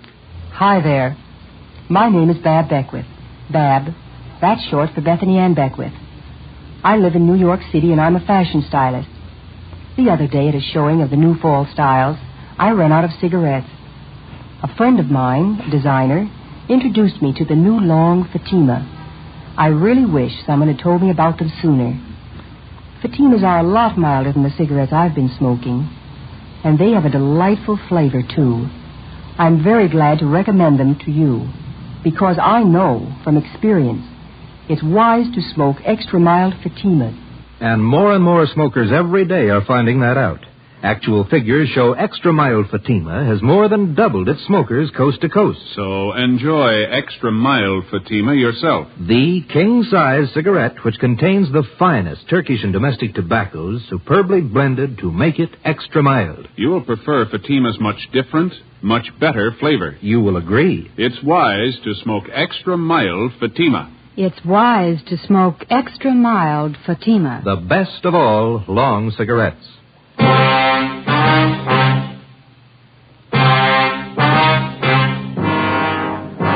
We knew now Kearney wasn't kidding.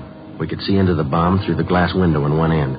There was dynamite inside, and there was dynamite in Kearney's room. We didn't know if he had the nerve to pull the trigger. We didn't know if it'd go off when he did, but with only minutes remaining, nobody wanted to take the chance. From here on in, all of us agreed that Vernon Kearney sat in the next room, holding in his two hands a force powerful enough to destroy us all. I looked at my watch. It was 20 minutes till 9. How do we get it away from him? I got an idea. It might work. What's that?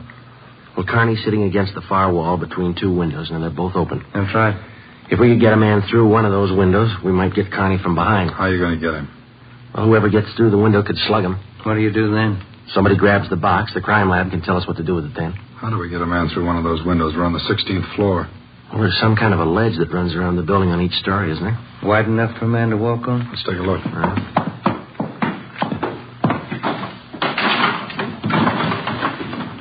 Let's see. Looks pretty narrow, Joe.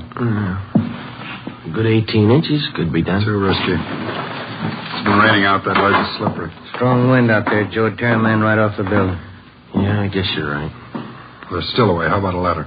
16 floor, Skipper. Well, there might be a way. The fire department would know that. I'll get Battalion Chief Erickson. There's Lee Jones in the building. No, he's over at the crime lab. I'll get him up here, too. I don't know, Friday. Maybe it'll work. It's got to, Lynn. All right, now look. It's going to take a couple of minutes to set this up. We've got to know what Carney's doing every second of that time. How about the dictaphone on the table in there? Good. Get it on without him seeing you. We'll try. That dictaphone in there is connected to this one in here. This room is 1614. You got that? Yeah. All right, push down key 1614 on that machine in there. And leave it down. Get the receiver off the hook and leave it off. Leave the receiver off. That's right. You know, if it isn't off the hook, we won't be able to hear a thing in here. Right, come on, Ben. Lynn White speaking. Give me Chief Erickson.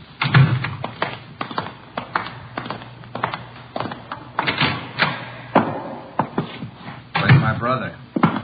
Still in his cell. You coppers are long on talk, short on time. Yeah, we know. I'm telling you, if you're on good, you better get Elwood over here. Carney, I'll bet if we get your brother on the phone here, he'll tell you that he doesn't want any part of this. You mean Elwood doesn't want to get out? Since when? Sure he wants out, but not your way. He's only got a year to serve. Why don't you leave him alone? I told Al. I told him I'd get him out. He didn't think I could do it, but I'm doing it. I'll make you a bet, Carney. You let us get your brother on the phone. He won't walk out of here with you. Get him on the phone. All right. Where are you going? Phone's over here. Have to use the dictaphone. I got to get an okay from the chief. Elwood's still a prisoner. What's the matter with the phone? No operators. You know the building's been cleared. That's right. I almost forgot. Okay, you can use the dictaphone. It's Friday, Chief. Carney wants to talk to his brother. I know you'll have to send somebody over. Have him put the call on the extension. Wait a minute. What's that extension number there? 2351. 2351, Lynn. Right? It'll take a minute. All right. I kind of like to talk to Al. Been a couple of months since I've seen him. We've always been together, me and Al, most of the time. Joe, let's go in and see if we can't hurry that call. That's a good idea, boy. It's 16 minutes to 9. Yeah. Hey, cop. Yeah. Forgot to hang up the dictaphone, didn't you? I put the receiver back on the dictaphone. Ben and I had failed to make good on the first step of the plan. When we got outside the door, we briefed Davis and Watson. I went in to sit with Carney. It would be their job to keep us posted on Carney's movements. The dictaphone was out. We went back into the office next door. Chief Sam Erickson of the fire department and Lieutenant Lee Jones from the crime lab were already there. Would have been a help. We haven't got time to cry over it. Carney's wide awake, Skipper. He doesn't miss a thing. White told us a plan Friday. We can't run a ladder up from the street. Too high, huh, Chief? The best we've got is a 100-foot aerial. You figure 12 foot to the story, that'll take you up 96 feet, 8 floors. Mm-hmm. We got the latest equipment. What's that idea you had, Jones? Sam, can you get a hold of a pump here in a hurry? Sure, we got a lot of scaling ladders, but you got nothing up there to hook them on. You figure on dropping down from the floor above? That's right, and I figure a pump here would do it. Sure it would. You could make it past the windowsill up there, but you've got a 1.5 foot ledge in the way. No, what you want's a lifeline. You mean lower a man on a rope, Chief? Yeah, Romero. That's the quickest and the quietest. Could you rig it so one of my boys could do it? Surely. What's the risk? None if you work it right. We'll strap on a life belt, give the man heavy leather gloves. 2 of my men will lower him down. Pick your lightest man. What do you think, Lee? That's it. What do we do with the bomb when we get it? I figure that box Connie's holding is about a foot square. Here's what I'll do. I'll get you a bucket with a 1.5 foot mouth, and it'll be full of water. Yeah? I'll have it right outside the door to that office. When you get that box, place it in the water. We'll get the bucket out of the building as fast as we can. And once we get the bomb underwater, we're in the clear? I can't promise you that, but it's the safest way to handle it under the circumstances. All right, that's it. Sam, you take care of your end? Right away. I'll get a detail to give me a hand down the street, and we'll take the bomb to a safe area and decommission it. Let's move on it. All right, then.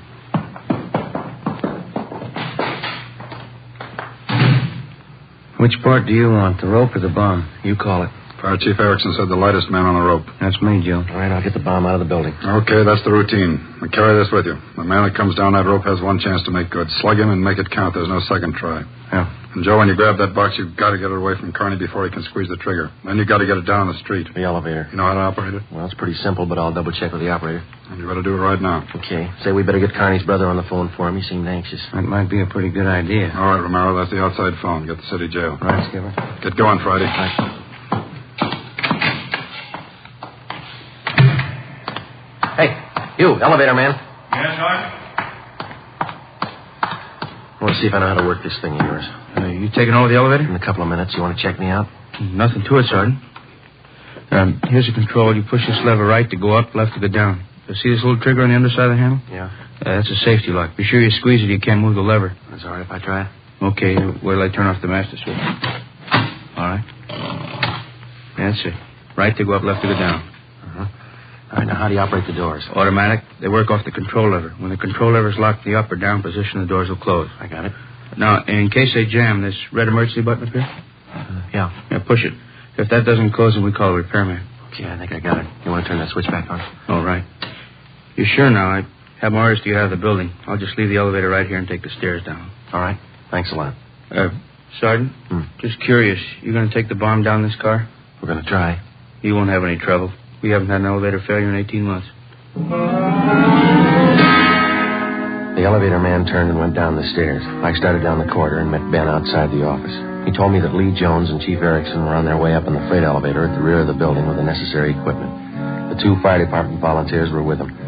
The phone call had been put through to the city jail, and in a minute, Elwood Kearney would be ready at the other end of the line. We went in to tell Kearney. I told him over at the jail to put the call through on extension 2351. When's it coming through? Right now.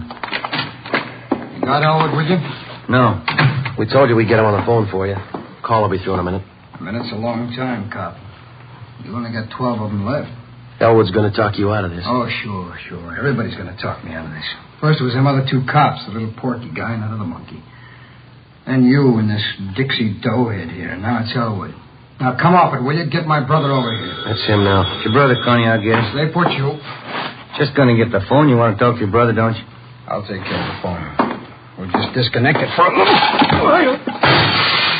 Now, get this straight, copper. I'm through with this stinking rotten lying.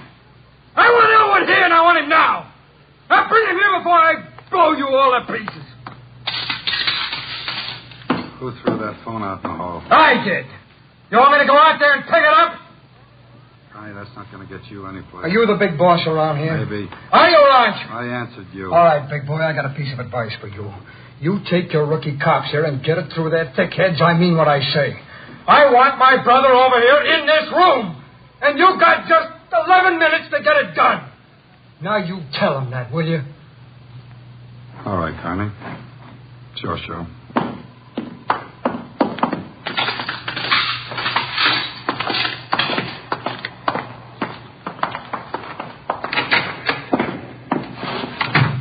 We got to work fast now. Jones, everything set for you? Got the bucket with the water right here. Car's waiting down the street. Right. Erickson, your boys ready? Upstairs, waiting. We don't know what to do. I'll need somebody to give me a hand with Kearney when he falls. I'll be in there with you Friday. Ready to go upstairs, Chief? Anytime. One thing you ought to know. What's that? Wind's getting stronger, about 20 mile an hour out there right now. That's going to last us up? No, but it's going to increase the sway. Got to allow for it. How do you mean? Wind's coming from the south. We'll lower you just to the right of the window. If I figure right, the wind will do the rest. Bigger risk, but we don't control the weather. How are you going to do it, Ben? As soon as I get in position, I'll reach in through the window on his right, and I'll use the billy. Try to catch him on the right side of the head. One good hit should put him away. Make it 2 and be sure, huh? All right, you ready, Chief? Let's go. What's the time, Friday? 8:50. Shouldn't take more than a couple of minutes for Romero to get down to that window unless the wind gives him trouble. Jones, there's no use you sticking around. I'll get Friday again. That's my job. We got to keep you alive to decommission the bomb. Bum Joe.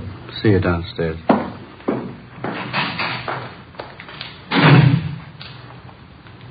You ready, Lynn? Yeah. Scared, Friday? Yeah. Makes us even. Come on. Lynn White and I went into the next room with Vernon Kearney. Ben was going to make a try from the window on Kearney's right.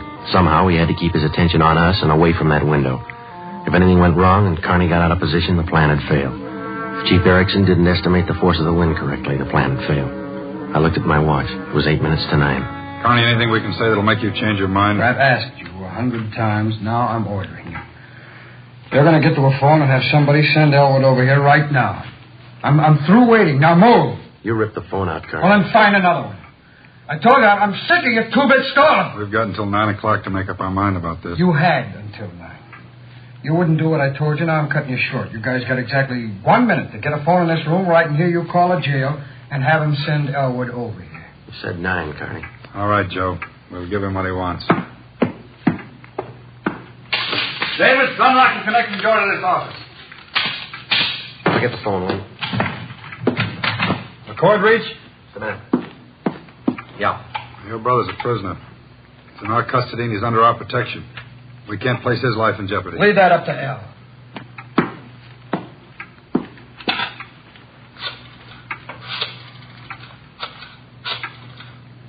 Kenworthy, this is Lynn White.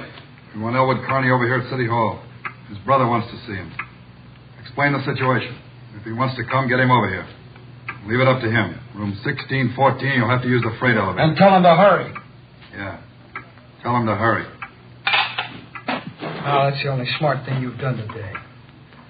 Now, why don't you go next door and figure out another angle? We'll wait for Elwood, too. You don't think I'd let you get out now, do you? We're all going to wait right here for my brother. In case he don't show up, you're going to see me pull the plug. Now, sit down. Not so close, right where you are. Sit down.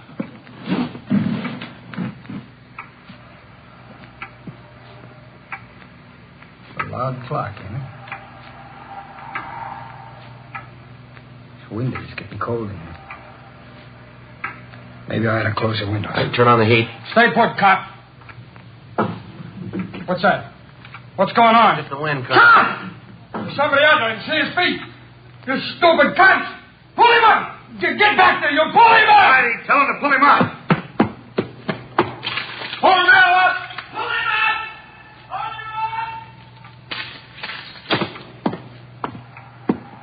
All right, Carney.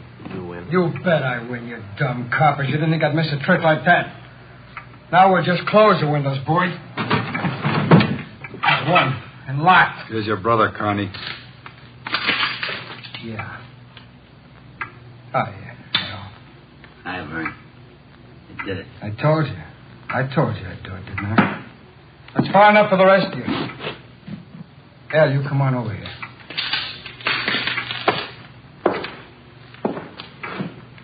Crazy, Vern. You're crazy. That's what they've been trying to tell me. We're going home now. How you gonna do it? There's a million cops outside. People all over town heard about this. They're holding the crowd They back. ain't gonna stop us now. You'll never make it, either one of you. I got him this far, didn't I? We'll make it. Vern, do you think we could do it? You. Yeah? You're gonna get a car ready for us, a fast one. Have it in front of the building. Move! All right, Friday, do what he tells you. Right. Hold it. Yeah? If you ain't back by 9 o'clock, the deal still holds. I told them I'd pull the pin at 9 now if they didn't let you out. You ain't fooling, are you, Vern? That gadget really blow? 4 miles high. They won't let you pull it. We're getting out. All right, copper, get the car. You got 4 minutes.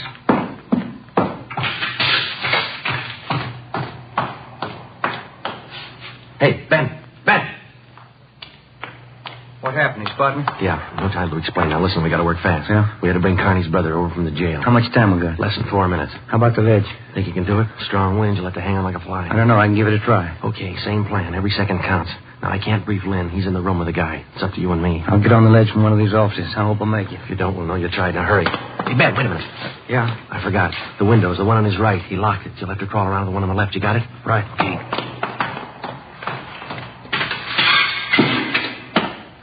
Carl, be ready in 2 minutes out front. Fine. Ellen and I will just sit here and wait. It's going to be good being back together, well. We always were real good together, Vern. Well, that's the way. Brothers ought to be together all the time. Yeah, Vern, I'd feel better with the gun. We don't need no gun. We got the bomb. We need a gun when we get out. When we get on the road. Okay, take your pick. They all got him. You, give him yours. I'm not carrying a gun. I left it in the other room. A cop without a gun? Who's kidding who? I left it in the other room. Frisk the big boy, though. He's got one. It's about time for that car, ain't it? It's 2 minutes to 9. Yeah, this feels like it right on his hip. Grab him, Joe. I got him. Get the box. Leave that guy alone. I got him, Ben. I gotta get his hand out of it. Run, Joe. Get in the water. Run!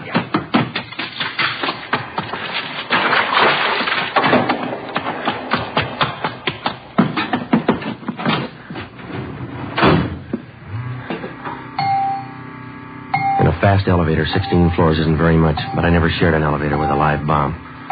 It seemed like hours between floors. I kept watching the bucket. The bomb was completely underwater. A small stream of bubbles was hissing to the surface. I waited. Main floor. I picked up the bucket and ran for the street. I missed the first step. I fell forward. The bucket spun out of my hand. I sprawled flat on the sidewalk. I waited for the explosion.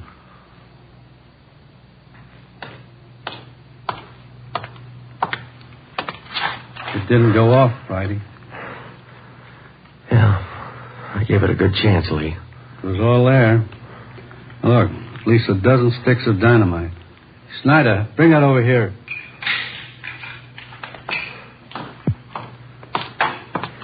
you out, Lieutenant. Thanks. His Wyatt didn't go off. Yeah?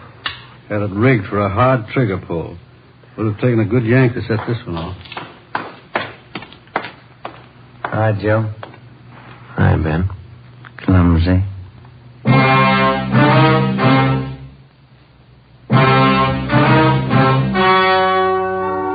The story you have just heard was true. Only the names were changed to protect the innocent. On February 15th, trial was held in Superior Court, Department 87, City and County of Los Angeles, State of California. In a moment, the results of that trial. It's amazing how many long cigarette smokers are changing to extra mild Fatima. Here is the actual report. From coast to coast, extra mild Fatima has more than doubled its smokers. Yes, more and more smokers every day are discovering that Fatima is the king-size cigarette that is extra mild. Extra mild because it contains the finest Turkish and domestic tobaccos superbly blended to make it extra mild, to give it a much different, much better flavor and aroma. Enjoy extra mild Fatima yourself. Best of all, long cigarettes. It's wise to smoke extra mild Fatima. It's wise to smoke extra mild Fatima.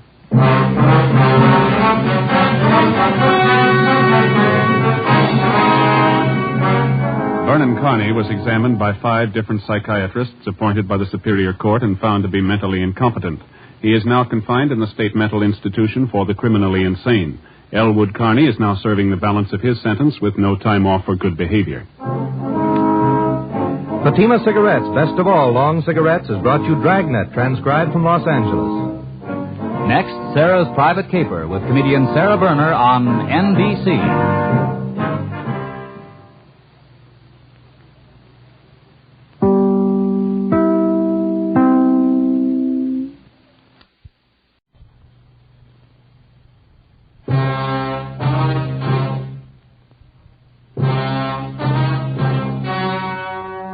The story you are about to hear is true. Only the names have been changed to protect the innocent. Fatima Cigarettes, best of all long cigarettes, brings you Dragnet.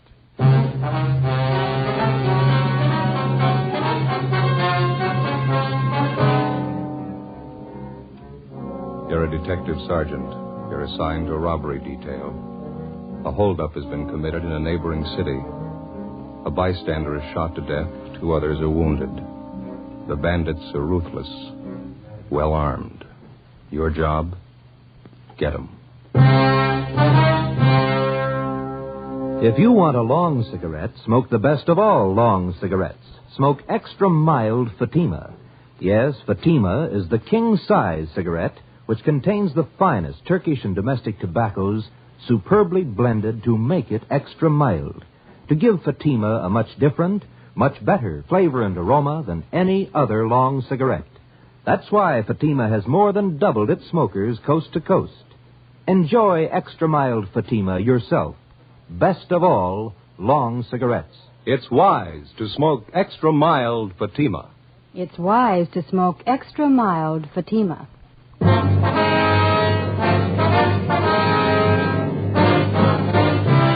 Dragnet, the documented drama of an actual crime. For the next 30 minutes, in cooperation with the Los Angeles Police Department, you will travel step by step on the side of the law through an actual case from official police files. From beginning to end, from crime to punishment, Dragnet is the story of your police force in action.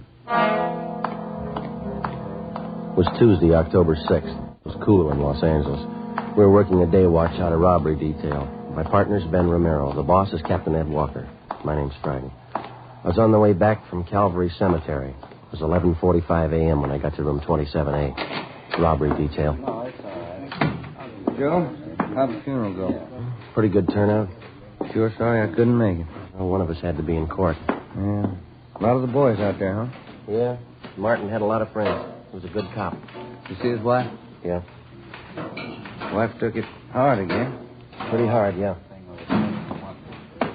Are you about ready for lunch? I better make up the logbook first. Now we're a little behind. Yeah, all right. Hi, Stu. Ben, what's with you? Oh, same old thing. Say, what's the DR number on that job we handled yesterday? Hmm? The grocery store thing? You know, we showed those mug shots to the victims. You remember the DR number on it? Oh, yeah, I got it here. 374332. 332. Thanks. Mm-hmm.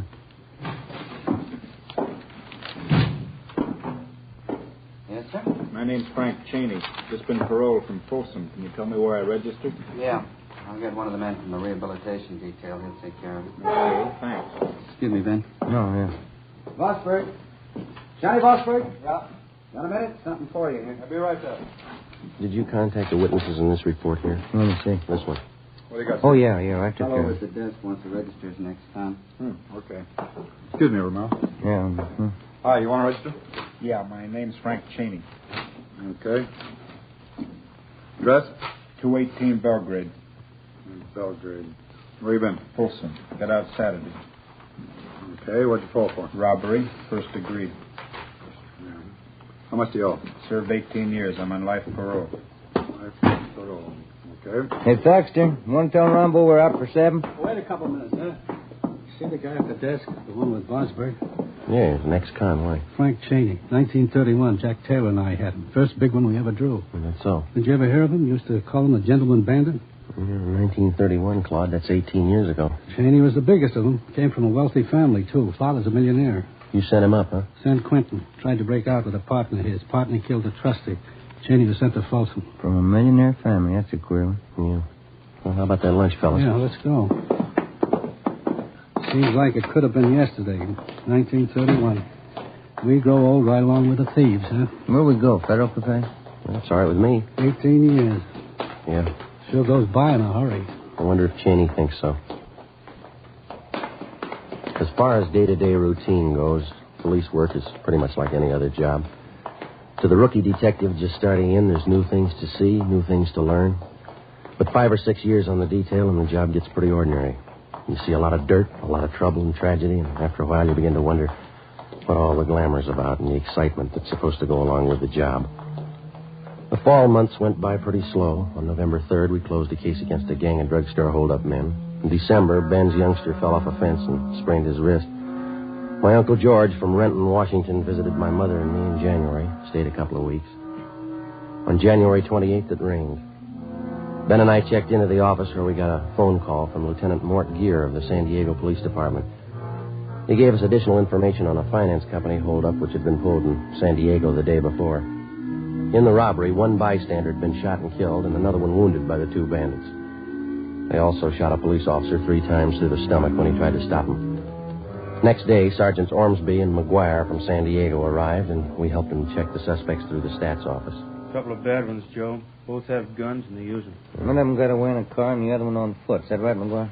Yeah, a big one used the car. Yeah, size ought to help some. Let's see, 45 years old, height 6'1" or 2 inches, weight 275 to 85 pounds. Anybody get a look at the car, Ormsby? Blue Ford sedan, 1940 or 41 model. That's all we got. It's a rough one.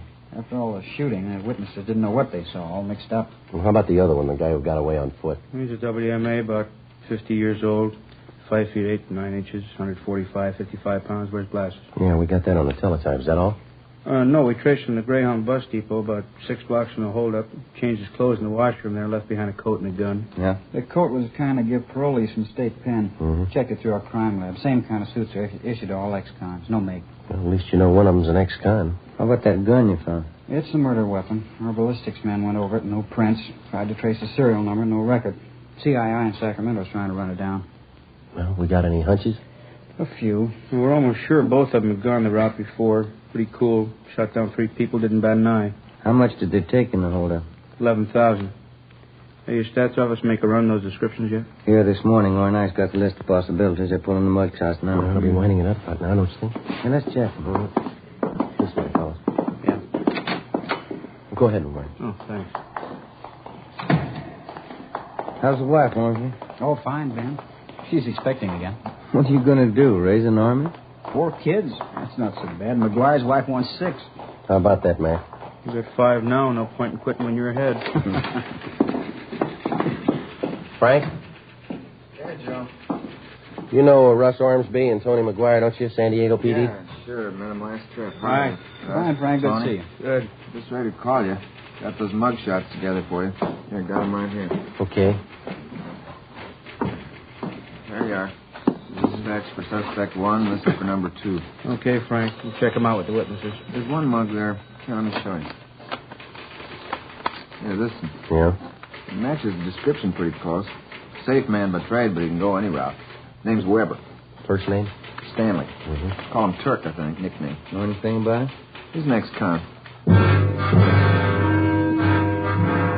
Ormsby and McGuire drove back to San Diego to show the mugshots to the hold-up witnesses and see if they could get an identification. Late the next afternoon, they called back to tell us that Stanley Turk Weber had definitely been identified from his mugshot by 4 of the 5 witnesses as one of the hold-up men. His partner remained unidentified. We called Turk Weber's parole officer, got all the available information on the suspect, including his latest address, an apartment house on North Alameda. Weber wasn't there. We talked with the apartment house manager, and he told us that Turk hadn't been seen there since the day before the San Diego robbery and murder. We had a stakeout put on the apartment. Ben and I went back to the office and had the record bureau pull Weber's package. On his mama sheet, Ben spotted a familiar name, Henry Garson, another ex-con who was listed as one of Turk Weber's closest friends. Well, we got a hold of Garson's parole officer. He told us Garson had had his parole transferred to San Diego, where he disappeared 2 weeks before he was wanted for violation of parole. We tried to check Weber through his relatives. We couldn't find any. But Henry Garson's report showed that he had a brother, Al, who ran a dry cleaning shop down in Seal Beach. He had no criminal record. The next morning, we drove down to see him. Yeah, Henry came around last July. It's the last time I saw him. I wanted to borrow my car. You got any idea where he might be now? No. You're his brother. I don't know where he is. That's the truth. I don't want to know where he is. Was anyone with him when he came to see you last? No. You know who his friends are? Friends? No.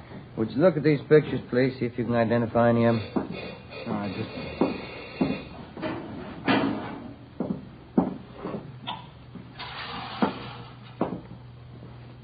No. These here. No. No. Oh. How about these? No. No. No, look, can't you talk to me later? It's not good for business having cops around a shop. Who would you yell for if your shop was held up, Mr. Garson? What's that got to do with it? Your brother's in trouble. We might stop him from getting in deeper. Now, look away a minute. Hello, Mrs. Runner. Good morning, Al. Can I help you? No rush. You go ahead and wait in the gentleman. No, that's all right. They're just waiting. We're just waiting. Can I help you? My husband's soup. Cleaned and pressed.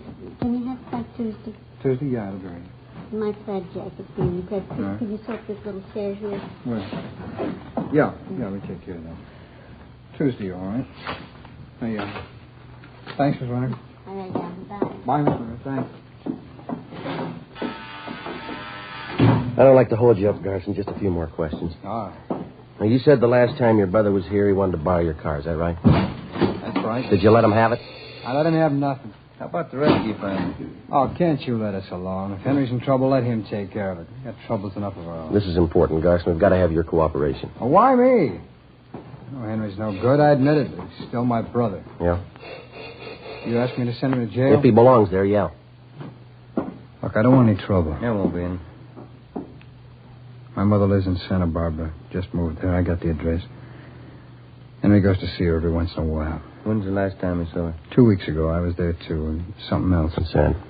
Henry had a gun. 11 a.m. Tuesday. Ben and I drove back to the office and put in a call to the Santa Barbara Police Department. We asked them to put a stakeout on the home of Henry Garson's mother and to notify us the minute Garson was apprehended. We contacted San Diego and told them what we'd found out. After that, we doubled back on Turk Weber. From one of our informants, we heard that Weber and Garson had gone into some kind of a business together. For a bankroll, they'd succeeded in getting a loan from the Second National Bank out in Glendale. 1 p.m. We drove out and checked with the manager of the bank's loan department, Mr. Peabody. Here we are, officers. Stanley T. Weber, Henry Garson. Loan papers were signed over a month ago. What kind of a loan was it, Peabody? Business loan. Garson Weber came in with another man. They talked to our manager, Mr. Ascot. Excuse me. Yeah. What business are they in? Trucking concern. They wanted the money to buy equipment, more trucks. How much money did they borrow? $4,500, usual terms. I guess you inquired into their background. Oh, yes, their whole financial background. Did you know that Garson and Weber are both ex-convicts? I beg your pardon? I said, did you know that both of them are ex-convicts? You sure you haven't made a mistake? Henry Garson, Stanley T. Weber? Yeah, that's right. What'd they offer for collateral? Well, they had some of their equipment, 2 trucks, and then, of course, there was the cosigner. Who was that? The name's right here on the loan papers. I see. Right here. Cosigner, Frank Cheney.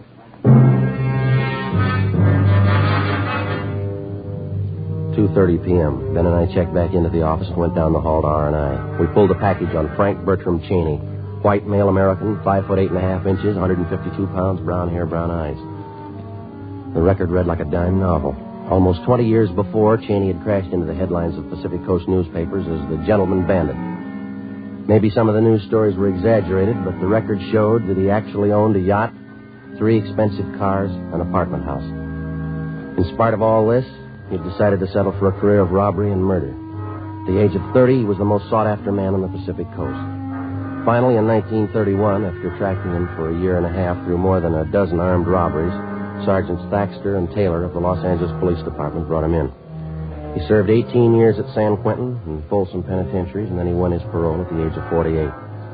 We checked his parole officer, and he had nothing to report against him. We checked back in at robbery detail and met with Captain Ed Walker. How about Cheney's friends, Weber and Garson? Nothing yet? Not a thing, Skipper. Stakeout is still on at Garson's mother's place in Santa Barbara. Weber's apartment's still covered. You called San Diego about this, the Cheney angle? Yeah, we briefed him. They got all the mugshots down there. Weber's definitely been tagged as one of the men on that finance company job. I figured Garson for the second man, but none of the witnesses have picked out his mugshot. You talked to Cheney's parole officer, huh? Yeah, I did. He gave us Cheney's last address. Same as the one on his ex-con registration, but he's moved. Didn't notify the officer. Where does that leave you? Well, I talked to the manager at the apartment. He gave us a couple of addresses to run down.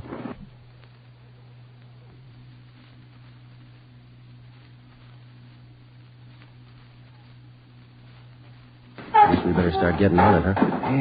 Yeah, it's getting late. Keep in touch. I'll notify if anything breaks here. Right. Just a minute.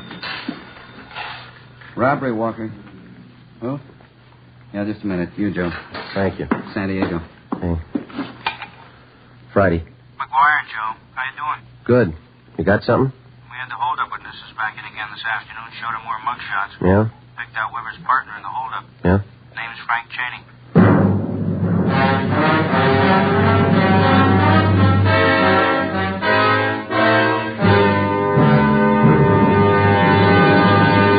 You are listening to Dragnet, the case history of a police investigation presented in the public interest by Fatima Cigarettes. If you smoke a long cigarette, it will be in your interest to listen to a typical case history of a Fatima smoker. It's the case of Lee Silver, general assignment reporter on one of New York's greatest newspapers. You'll see his picture in leading magazines this week. And here is his actual signed statement. When you have to meet a news deadline, you work at a fast pace, smoke at a fast pace. That's why I smoke Fatima. They're extra mild. In my opinion, it's wise to smoke extra mild Fatima. And more smokers are discovering this every day. Actual figures show Fatima has more than doubled its smokers coast to coast. So enjoy extra mild Fatima yourself. The king-size cigarette, which contains the finest Turkish and domestic tobaccos, superbly blended to make it extra mild. You will prefer Fatima's much different, much better flavor and aroma. You will agree. It's wise to smoke extra mild Fatima. It's wise to smoke extra mild Fatima. The best of all long cigarettes.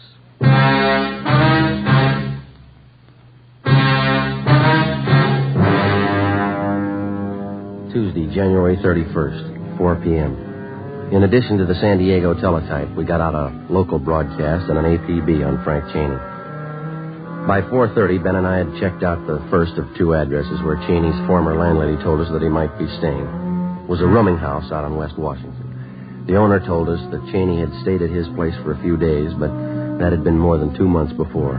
He had no idea where the suspect might be. We then drove to the second address. It was an apartment house on West Stanford near Slauson. Manager's name was Mrs. Pritchard. Why, yes, I believe Mr. and Mrs. Cheney are home. They've been in all day. Which apartment are they in, ma'am? Number 7, straight down the hall on your right. Thank you. They may be having dinner now. Are they expecting you? Be all right, ma'am. Thank you.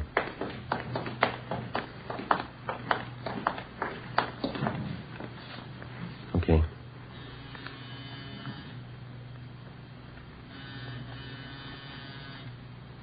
How about the door? It's open. Come on.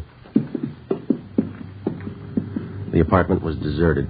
We checked the bedroom and the kitchen. There were obvious signs of a fast getaway. On a card table in the living room, we found the remains of a quick dinner. 2 places were set. One plate was almost clean, the other hardly touched. The coffee on the stove was still lukewarm. We called the office and arranged for a stakeout. Then we went back down the hall and talked to the manager again.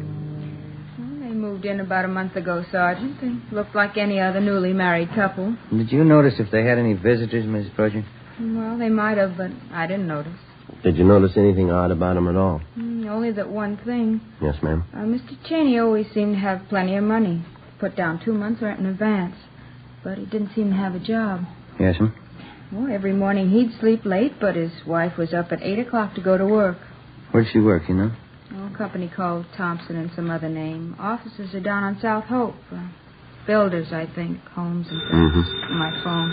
Would you excuse me? Yes, ma'am. Go right ahead. Hello? Oh, yes. What? Yes, 2 police officers. Miss Pritchard, they no. want to talk to you. Hello? Cheney? Oh, yes, he hung up. An alert for Cheney and his wife was broadcast, with special attention for the south end of the city. The wife's name and description was added to the APB. The next morning, Ben and I located her place of employment, Thompson and Kilkenny, a big construction company. The office manager told us that 3 days before, Mrs. Cheney had resigned her job by letter. She asked that her final paycheck be sent to her mother, who lived in Marysville, California. We contacted the Marysville Police Department immediately, and the home of Cheney's mother-in-law was placed under 24-hour surveillance. We now had more than a half a dozen stakeouts going. A week passed. Nothing. Cheney and his wife seemed to have dropped completely from sight. Wednesday, February 9th, we got a tip from the Santa Barbara police that Cheney's friend, Henry Garson, was in Los Angeles working in an auction house on Wilshire Boulevard. We ran it down. Looks like a high-class place. They got a nice crowd, haven't they? Did you get locked here? No, thanks. We'd like to see the manager, please. All right. Let me see. Oh, yes, over there by the claim desk. The man in the dark suit, Mr. Willis. Thank you. Thank you.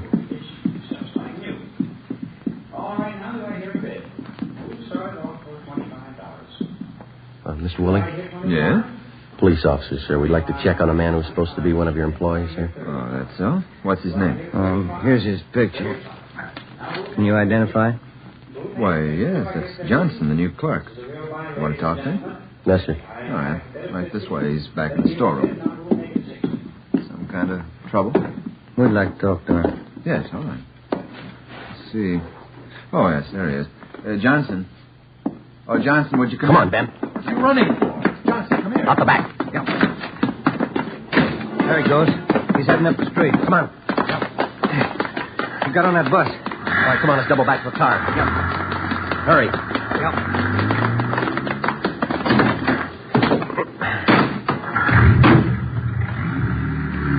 Did you see the bus? Yeah. Come on, move it. Yep. All right, hit the siren.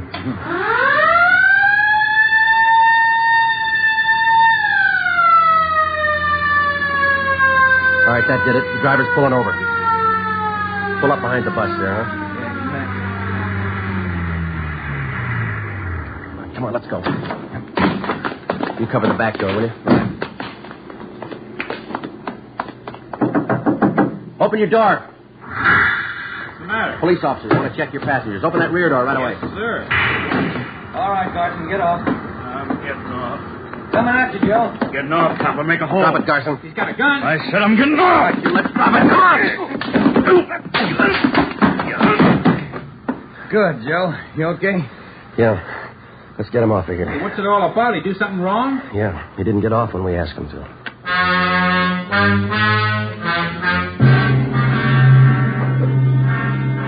9 p.m. Wednesday. We drove Garson to Georgia Street Receiving Hospital, where he was treated for minor cuts and bruises.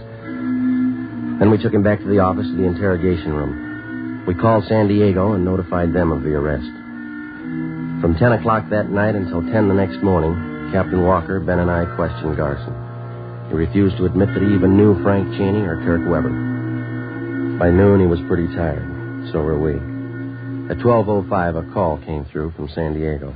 Friday, this is Russ Ormsby. Yeah, Russ.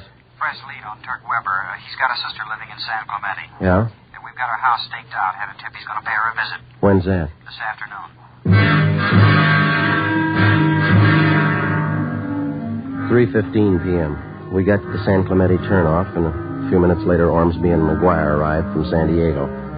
We drove to the home of Weber's sister on South Orange Street and identified ourselves. She told us that Turk had been there that morning, but that he'd gone to the races at Del Mar for the afternoon. Did your brother say he was coming back? Said he might be back. He wasn't sure. Did he go to the racetrack alone? Yeah? Was he going to meet anyone there? I don't think so. He didn't mention it. You driving a car? No, he took the bus to the track. I see. Where would he most likely go if he doesn't come back here? I don't know.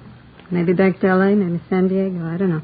And do you know if your brother Turk is going to meet Frank Cheney? How could he?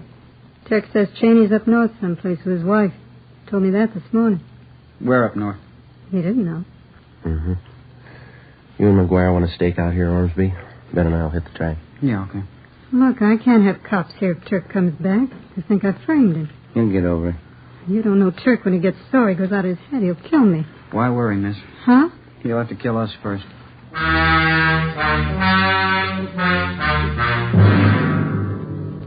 3:45 p.m. Ben and I left Weber's sister's house and drove down to the racetrack at Del Mar. We got there just at the start of the 7th race. We had no idea whether the suspect was still there or not. We alerted the security police, gave them mug shots of Weber. Then we went to the public address booth in the clubhouse and talked to the man in charge. A few minutes later, the trap for Weber was set. Mr. Stanley T. Weber, please come to the public address booth. Emergency phone call. Mr. Stanley T. Weber, please come to the public address booth. We waited. Ben stationed at a vantage point on one side of the booth, me on the other. Minutes passed. Weber didn't show. Ben caught my eye and shrugged his shoulders. Mr. Stanley T. Weber, please come to the public address booth. Emergency telephone call. Mr. Stanley T. Weber, please come to the public address booth. The announcer was barely finished when I saw Ben motioning. I looked and saw a large man heading up the cement ramp. When he got to the top, he turned to his right and headed straight for the public address booth. It was Turk Weber. Hold it right there, Weber. Police officers, get your hands up. What is this? You lousy cops. I'll have you busted for this. Save it, Weber. Get your hands up. Who tipped you? What difference does it make? Stand still. You'll never get him. You'll never get him in 20 years. Never get who? You know who. Cheney. He's too smart for you. You'll never get him, not in 20 years. All right, we got you, Weber. Shake him, Ben. I'll shake you, cop. Watch it, Ben. Let go. I'll kill you. I'll kill you. All right. That's it. He's sure a big package. Yeah. What's that over there? Did that fall out of his pocket? It's like a tip sheet. Yeah. Yeah. Blue Boys Peerless Selection for Thursday. Price $1. Let me look at that a minute, Kelly. Best picks. You can't lose. This is your lucky day. What's it prove? He ought to get his $1 back.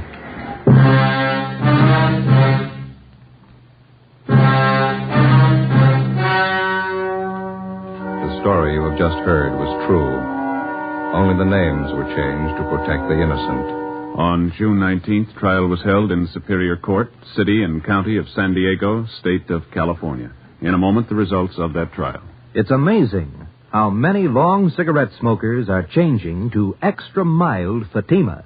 Here is the actual report. From coast to coast, Extra Mild Fatima has more than doubled its smokers. Yes, more and more smokers every day are discovering that Fatima is the king-size cigarette that is extra mild. Extra mild, because it contains the finest Turkish and domestic tobaccos superbly blended to make it extra mild, to give it a much different, much better flavor and aroma. Enjoy extra mild Fatima yourself. Best of all long cigarettes. It's wise to smoke extra mild Fatima. It's wise to smoke extra mild Fatima.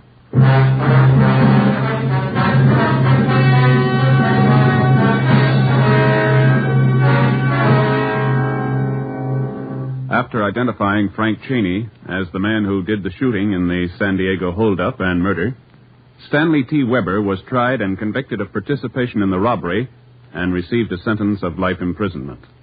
Henry Garson was cleared of any complicity in the hold-up killing, but he was returned to prison for violation of parole and for several burglaries in San Diego and Los Angeles. Both men are now serving their terms in the state penitentiary. Next week, Frank Cheney, the Gentleman Bandit, Part 2.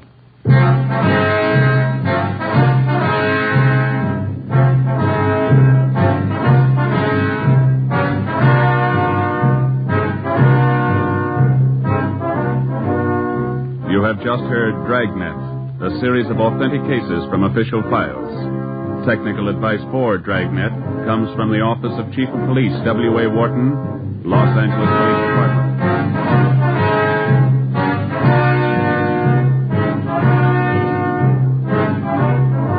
Fatima Cigarettes, the best of all long cigarettes, has brought you Dragnet from Los Angeles.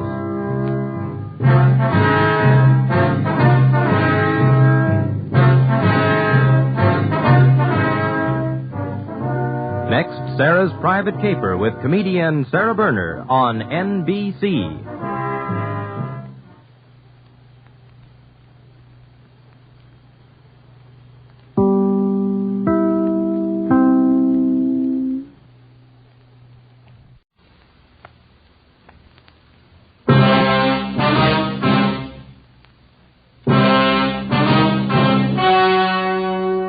The story you are about to hear is true.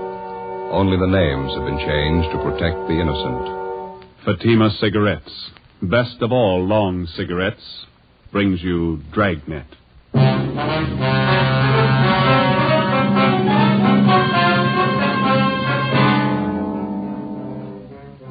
You're a detective sergeant.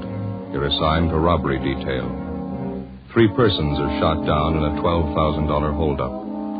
One of the bandits is apprehended, convicted, and sent to prison for life. The other one is still at large. Your job, get him. If you want a long cigarette, smoke the best of all long cigarettes. Smoke extra mild Fatima. Yes, Fatima is the king-size cigarette, which contains the finest Turkish and domestic tobaccos superbly blended to make it extra mild, to give Fatima a much different, much better flavor and aroma than any other long cigarette. That's why Fatima has more than doubled its smokers coast to coast. Enjoy extra mild Fatima yourself. Best of all, long cigarettes. It's wise to smoke extra mild Fatima. It's wise to smoke extra mild Fatima.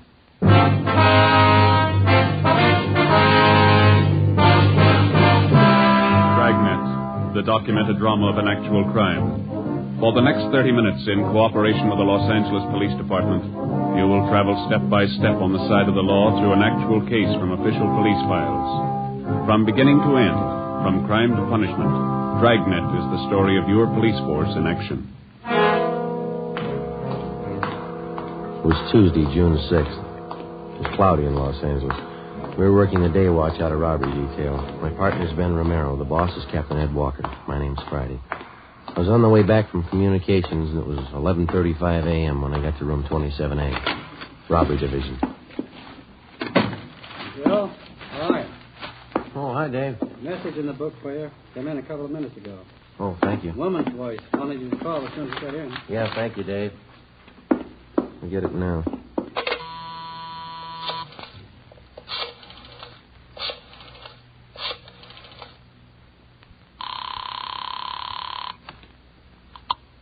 Georgia Street Juvenile Bureau, Miss Bentley.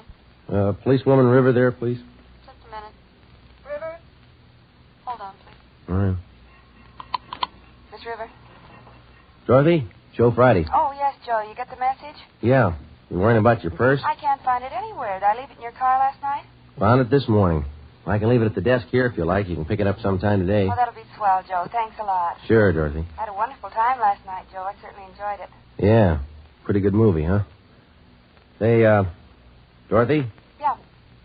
Mother and I were talking this morning at breakfast. Mm-hmm. Like to come over to the house sometime for dinner? Ma'd like to meet you. Oh, well, sure. That'd be fine. I'd like to meet your mother. How about a week from this coming Monday? That's my day off. Is that okay? All right. A week from this Monday. The weather's good. Well, maybe we can have a barbecue out in the back. Oh, it sounds wonderful. Okay, see you later then. All right, Joe. Bye. Bye. Joe? Hi. How'd it work out, Ben? It didn't. Another false alarm. Sure is a scorcher out today. 4 months' work and not one solid lead. Where are we going? I haven't got the answer. I've run down so many bum tips, I don't think I know the real thing would hit me in the face. Yeah. Romero, Joe? Yeah, Skipper? Oh, McGuire and Mort Gear from San Diego just got here. You want to come in? Yeah, right away, Ed. There we are. All right. Oh, Ben. What do you say? Sit down. Hope you two have more than we have. It's all in that report on the skipper's desk. 4 months leg work. Cold. Nothing at all? Oh, lots of phony tips, bum leads. We got 3 stakeouts going. His mugshots plastered all over town. No go, huh? I don't know. I think he's got the perfect face for a killer. You can hang his description on 1,000,000 guys. Got nothing on him at all. Ben here just ran down the last lead we owned. Yeah, false alarm. Nothing on the APB, huh? Got dust on it. Cold enough to bury. How long's it been since it happened? Back in January, wasn't it? Yeah, 27. Stanley Finance Company, San Diego. It's all right there in the report, Ed. Yeah, I see. Hold-up shooting, got 12,000. Suspects Frank Cheney, Turk Weber. Cheney did the shooting. That's what stops me. What's that? Took us a couple of weeks to grab Turk Weber and put him away. Here it's more than 4 months and Cheney's still on the loose. Doesn't add. He can't be that smart. Well, he's free. I can't think of a better testimonial. What about the other angles Friday, besides those 3 stakeouts? We covered the town for Cheney. He had 4 months of it. Hotels, rooming houses, motor courts, bars, restaurants, the works. Must have a couple of thousand copies of his mugshot spread around. No response? Oh, get 4 or 5 calls a day on him. Been going on for weeks now. We check him out. Never the right man. What about his wife? She's still supposed to be with Cheney, isn't she? Funny thing, we haven't had one report on her. Last time the two of them were supposed to have been seen together was 5 weeks ago. That was up in Stockton. Cheney's mother-in-law lives in Marysville, huh? You still have a stakeout on her house? Yeah, no leads there either. How about it, Mort? Nothing to offer? About the same as up here. There is something we'd like to check on, though. Yeah? One of McGuire's informants was paroled 2 weeks ago. He served time with Cheney at Folsom. You have anything to say? Yeah. It's his idea Frank Cheney was the most hated man at Folsom. Most of the cons had given their right arm to cool him off. Mm-hmm. What made him so popular? Pretty much of a heel. Ran to the warden's office 3 times a week regular. Informed on the other cons every chance he got. You figure some of them might want to even the score. Mm-hmm. If they know anything, I'm pretty sure they'll talk. Worth a try, and their leads can't be any colder than what we got anyway. You gonna need any help, Mort? No, McGuire and I can handle the questioning. We'll go up to Folsom tomorrow. Okay. I don't think there's any argument. This thing needs a quick answer. Joe, you and Ben will have to push a lot harder and a lot faster. Cheney's robbed and killed before. Give him the chance, he'll do it again. We've run down all the possible angles, Ed. We've checked every lead we could dig up. There's one you missed. Yeah? The right one. Find it. From the day Frank Cheney had been identified as the killer in the San Diego hold-up murder 4 months before, all of us realized the danger of another killing as long as he was loose. After 18 years in prison, Cheney had a gun and he had his freedom again. We knew he wouldn't give him up easily. Thursday, June 8th, Lieutenant Mort Gear and Sergeant Tony McGuire returned from Folsom Prison. After talking with most of the convicts who knew Cheney well during his prison days, they had a list of more than 40 leads to run down. Ben and I took half of them. We started checking. It went kind of slow, and the results were thin. After running down the first dozen leads, we'd found out nothing about the suspect that we didn't already know. Monday, June 12th. We checked with a John Strezak, supposedly one of Cheney's close friends up at Folsom. He'd been paroled before Cheney, and he was now working at a large commercial engraving firm down on East Main. Yeah, I know Cheney pretty well, Sergeant. Pretty well. Just a minute, will you? Mm-hmm. Yeah, that does it. Yeah, I know why you're here, Sergeant. I can't help you. You were pretty close to Cheney up at Folsom, weren't you, Strezak? Best friend? Everybody was his best friend. Everybody could do him some good. You haven't seen or heard from him since he got out, huh? Nope, I don't want to. I learned fast. How do you mean? He's a bum, Sergeant. Some people are born that way. Tried to talk me into a break once. I didn't buy. I knew he'd run right to the warden with it. Some people are born that way, bums. You think somebody might be hiding him out? Some of his pals. How about them? If he's got any pals, I don't know him. I can tell you this, they didn't come out of Folsom. Well, can you think of anything at all that might give us some kind of a lead on Cheney? I wish I could, believe me. I better get back on the job. Shop foreman. He's no better than Cheney. Bum. All right, Strezak. Thanks a lot. I'd like to know if you hear anything. I'm going to leave you one of our cards here. Yeah. Okay, Sergeant. Hey, Strezak, what'd you go up for, anyhow? Just what I'm doing. Huh? Engraving. We kept at it. Checking out the leads one by one, the same slow, dull routine that we'd been on for 4 months. It ate up valuable time, but it was necessary. You never know what a lead's worth until you check it out. During the past months, from the least promising sources, we'd uncovered a half a dozen bits of information about the suspect, none of them conclusive, but they helped point the way. We found out Cheney's favorite sport was sailing. Yacht clubs up and down the coast were contacted and asked to watch for him. We learned where Cheney got his eyeglasses, contact lenses. We went to the optician, got the prescription for them, and had copies of it distributed to all optical firms in the area. They got a request for lenses which matched those in Cheney's eyeglasses or contact lenses. They were to notify us. From a former college friend, we found out that the suspect was once treated for tuberculosis, and because of this, he drank only goat's milk. All the retailers in the area who sold goat's milk were contacted and alerted. We set up a system to check regularly all the mail received by relatives of both Cheney and his wife. Thursday, June 15th. Hi. San Diego called while you were out. What year? They come up with anything? Fair. One lead told him Cheney learned the printing trade while he was up at Folsom. Knew the business well enough to work at it. San Diego checking that out? They alerted the Printers Union. We'll do the same up here. Mm-hmm. Picture and story on Cheney will be in the Union newspaper next week. Yeah. And we dug up another bit on Cheney. We got it this morning. What's that? Well, instead of ordinary eyeglasses, Cheney's been known to wear contact lenses. You know, glass fits right over your eye. Uh-huh. Good chance he might be wearing them now. Kind of helped change his appearance. We got the prescription for the lenses from Cheney's eye doctor. Got the information to all the optical firms in town. Good. Friday, man out here to see you. Oh, okay, thank you, Dave. All right, that's all. Better contact San Diego. Keep him posted. Right, Skipper? This gentleman here, Joe. This is Sergeant Friday. Yes, sir. How are you, Sergeant? You remember me, Vince Bertoli? You were in my place last month, the White House Grill. Place down on Alameda? Yeah, that's right. Block from Union Station. Both of you came in. Yeah. You had coffee and an omelet? You liked the omelet? Sure, yeah. What can we do for you, Bertoli? Well, remember you were talking to me? You said you were looking for somebody. You left some pictures in this card of yours here. Yeah, that's right. Well, I lost the pictures. I don't know where I lost them, but I kept your card. That's why I came to see you. Why? Well, as I say, I lost the pictures, but I still have an idea what they look like. Have you seen either one of those people, the man or the woman? Well, that's why I came to check with you. A week ago, one of my steady waitresses quit, and I hired this brunette with a hard luck story. Mm-hmm. Care for a stick of gum? Licorice flavor? No. Nothing. Well, after a couple of days, I remembered that picture you gave me, and I thought she looked a little like it. That's why I kept an eye on her. Did you notice anything out of the ordinary? You bet she never dates anybody. Not even me, and I'm the boss. Not ugly either. Yeah? She always claims she's got to get home. Never gives a reason. Says she lives alone. Well, where does she live? A couple of blocks from my place on North Jersey, I think. I checked the place where she does her shopping. They tell me she buys enough groceries for 3 people. Mm-hmm. She still insists that she's living by herself, though. Yeah, that's why I thought I'd better check with you. I lost the pictures, but I hung on your card. Will you take a look at this photograph, Bertoli? Yeah. Sure, same one you gave me. Looks just like her, Mary Sloan. Who? Mary Sloan. That's her name, isn't it? You want to turn that picture over? Mrs. Frank Cheney. Thursday, 4 p.m. Ben and I drove down to the White House Grill and had a cup of coffee. We got a good look at the waitress whom the owner, Vince Bertoli, suspected of being Mrs. Cheney. We left and waited outside in the car until 5 o'clock when the suspect came out. We followed her to a grocery store and from there to a rundown apartment building on Greystone Alley just off Temple.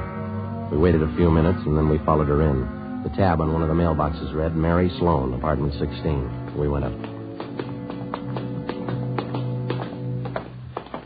Which one, Joe? Number 16. It's down this way. Come on. Mm-hmm.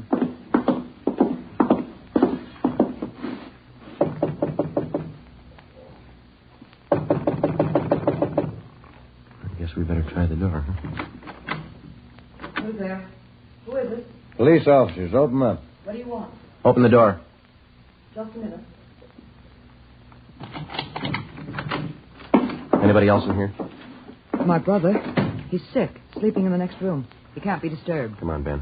You can't go in there. Honey, the cow! Get out! Joe, the window. All right, get back inside here. Come on, you. Let me go! Let go of me! His arms, Ben. Grab it, will you? All right, you.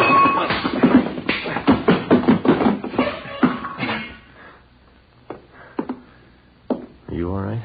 Yeah. Thought he broke my bridge work. Yeah, you got clipped for nothing. Hmm? Not Cheney. We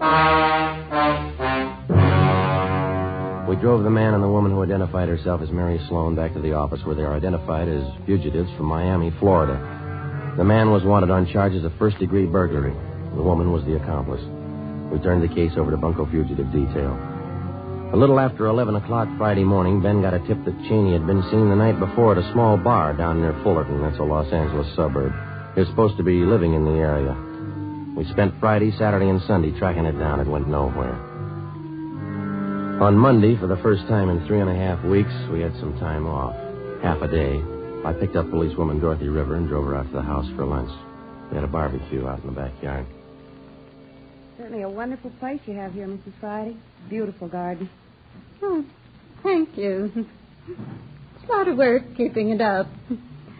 Roses didn't do well at all this year. Aphis, you know. Much more spare ribs, Dorothy. The fire's just right now. Oh, no, thanks, Joe. I've had plenty. Care for another cup of coffee, Dorothy? All right, thank you. I'm glad you could come today, Dorothy. Joseph's been talking so much about you. Oh? You surprised me a little when I met you. How's that? How about some more ribs, Ma? No, thank you, Joseph. I don't think you look at all like a policewoman.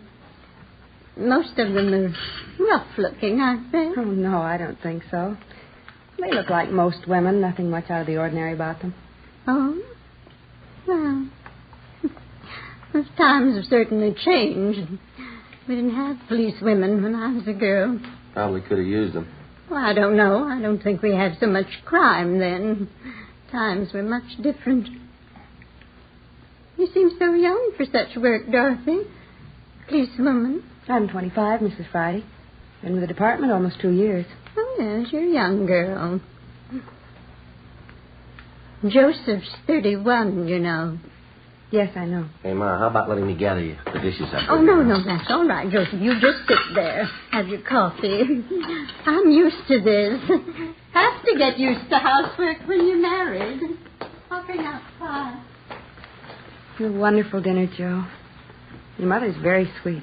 Yeah, real subtle, isn't she? Oh, motherly instinct. Somebody has to look after you. That's the phone, Dorothy. I better grab it. I'll be right back. Okay.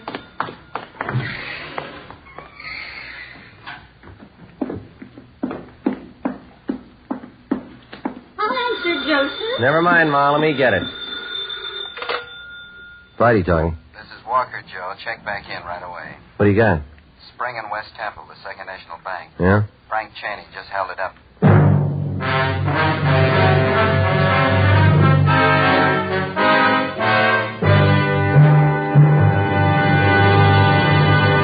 You are listening to Dragnet, the case history of a police investigation presented in the public interest by Fatima Cigarettes. If you smoke a long cigarette, it will be in your interest to listen to a typical case history of a Fatima smoker. It's the case of registered nurse Shirley Gelman of Los Angeles, California. You'll see her picture in leading magazines this week. Now, her actual signed statement. When I go off duty, I appreciate a mild cigarette. Fatimas are extra mild. I can enjoy them more. I agree. It's wise to smoke extra mild Fatima. And more smokers are discovering this every day. Actual figures show Fatima has more than doubled its smokers coast to coast. So enjoy extra mild Fatima yourself. The king-size cigarette, which contains the finest Turkish and domestic tobaccos, superbly blended to make it extra mild. You will prefer Fatima's much different, much better flavor and aroma. You will agree. It's wise to smoke extra mild Fatima. It's wise to smoke extra mild Fatima. The best of all long cigarettes.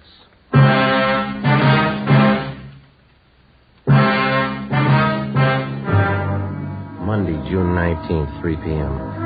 I went back to the office, picked up Ben and Captain Walker, and the three of us drove to the scene of the robbery at the corner of Spring and West Temple, the Second National Bank. Ricketts and Thaxter from robbery detail were already there questioning witnesses. We talked to the bank's vice president in charge at the time of the holdup, Mr. Bronson. He had a welt on the right side of his head and was pretty badly shaken. He had his hand in one of his coat pockets, and he walked straight over to me. It's the first thing he said. This is a holdup. You're positive of the identification, Mr. Bronson? I'm certain. This picture here, it's the man, all right. The others will tell you the same. Who's that, Mr. Bronson? The tellers, they all got a good look at him. No mistake. Well, what happened after Cheney approached you? He was very calm, very quiet. Uh-huh. He said, do exactly what I tell you. Call for help, and I'll kill you. He was calm all the way through it, just like it was an ordinary business with him. Did he have you get the money for him? No, he ordered me from back to the front counter there, and we went from cage to cage. Each time he had me say the same thing to the teller. This is a holdup. Give me all the currency you have. Don't call for help. Now, how many tellers did he have you collect from? 5. Mm-hmm. This line along here, windows 1 to 5. Oh, my knees were shaking so hard I could barely walk. I kept wondering if one of the tellers might try to sound the alarm. Yes, sir. What happened after he got the money? He had me walk in front of him, down there to the side exit. Mm-hmm. That's when he hit me, I guess. Side of my head, you can see here where they bandaged it. Uh-huh. Yes, sir. How much money did he get, do you know? No, not quite sure. More than 4,000. I can't help but think how lucky I am. That man's a killer, I'm certain of it. Are you sure that we can't fix you up with a ride home? No, I'll be all right, thank you. My wife's on the way down now. Can I see you fellas now? Yeah, thanks, sir. Excuse us, will you, Bronson? Yes, certainly. Rounded up all the dope on the getaway car Cheney used. Yeah? At 2 this afternoon, he went to a used car lot up in Figueroa, about 8 blocks from here. Asked to be shown a late model Ford. Yeah, go ahead. Salesman took him for a demonstration ride. When he pulled up for an arterial, Cheney jabbed a gun at him and told him to get out. Salesman got out. Cheney drove off. And 15 minutes later, he walked in here and pulled the robbery. That's it. The bank tellers tabbed the same Ford as the getaway car. Broadcasted all points on the car. Nothing yet. What time you got from there? 10 minutes before. What time did the alert go out, thanks, sir? 2:45. Everything covered? Yeah, Union Station, both airports, the bus depots, they're all alerted. Roadblocks set up on the highways. Since 2:45. Just about. And Cheney's somewhere in the city. Find him.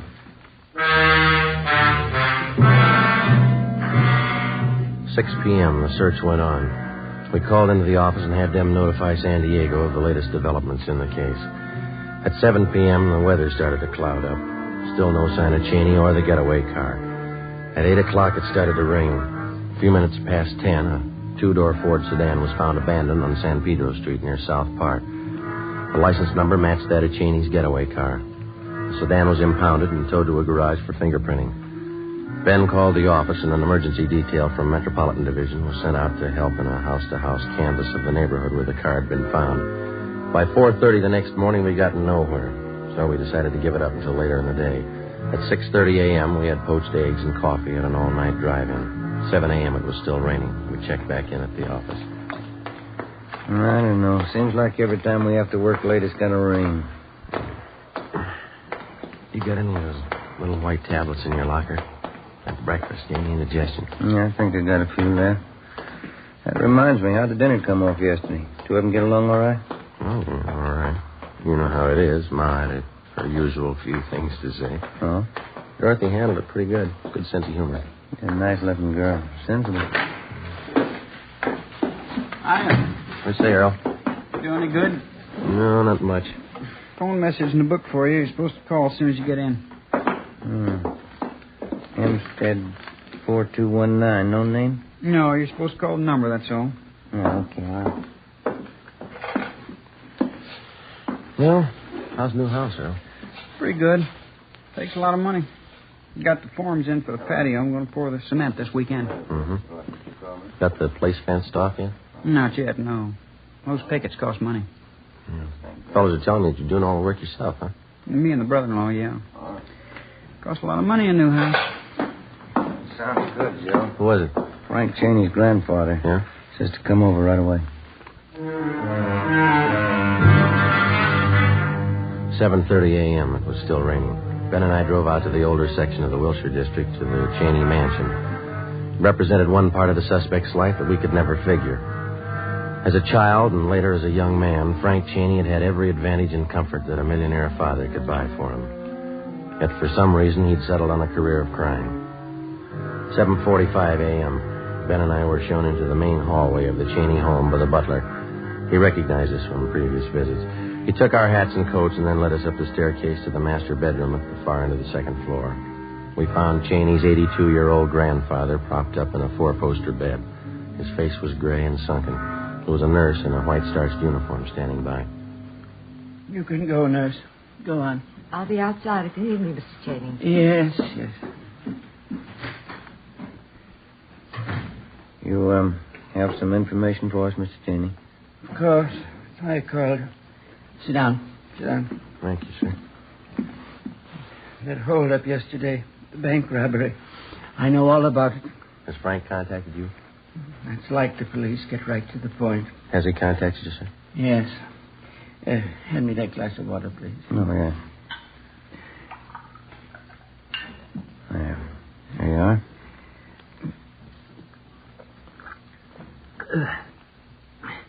Thank you. No, leave it on the table there. Oh, yes. When Frank got out of prison last year, he came to see me. I offered him one more chance. I told him if he decided to earn his way, he'd have all the help I could give him. He said he would. Yes, sir. I was a fool like everyone else. I believed him. Any idea where Frank is now? I gave him everything it was possible to give him. He wrecked the family, his father's life, my life. Everything he touched, he ruined. You know where he is now, sir? He telephoned me day before yesterday.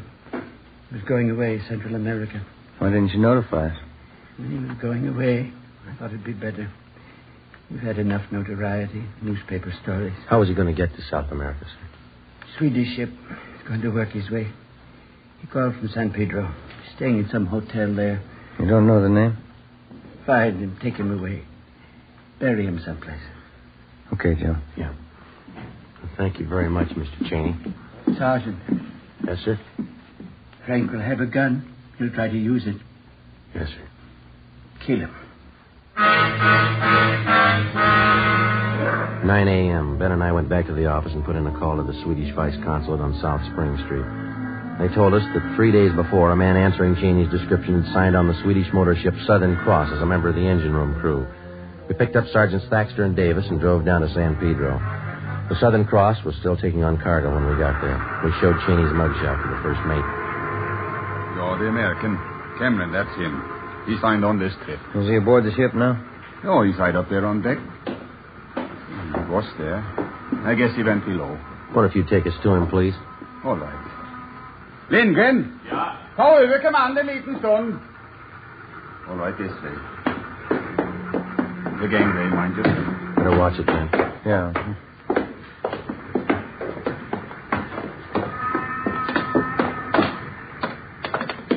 Look forward. Through here. Mm-hmm. Maybe you better stay behind here, sir. We'll take him. What's that? Might be a little trouble here. Do you want to stay behind us? All right. You must stay in the engine room. Straight ahead, then turn to your left. Down the companion way. Right, thank you. Come on, now watch your step, man.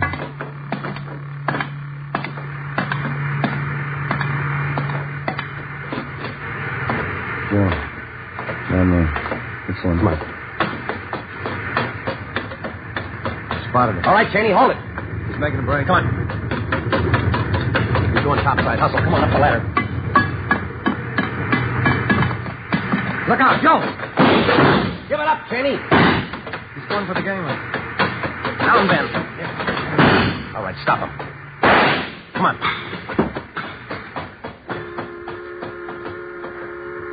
Yeah. Through the shoulder. Yeah.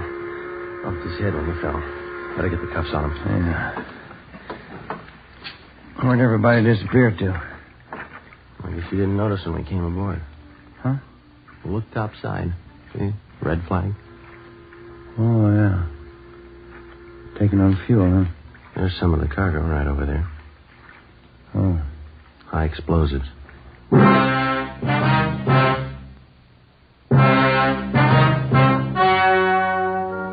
story you have just heard was true. Only the names were changed to protect the innocent. On November 2nd, trial was held in Superior Court, City and County of San Diego, State of California. In a moment, the results of that trial. It's amazing how many long cigarette smokers are changing to extra mild Fatima. Here is the actual report.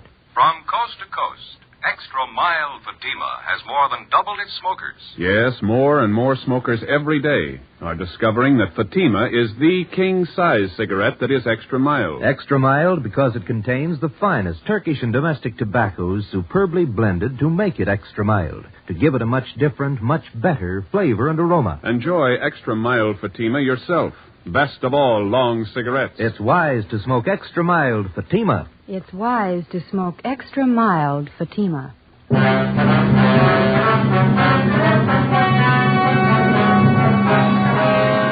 Frank Bertram Cheney was tried and convicted of murder in the first degree. He is now awaiting execution in the lethal gas chamber at the State Penitentiary, San Quentin, California.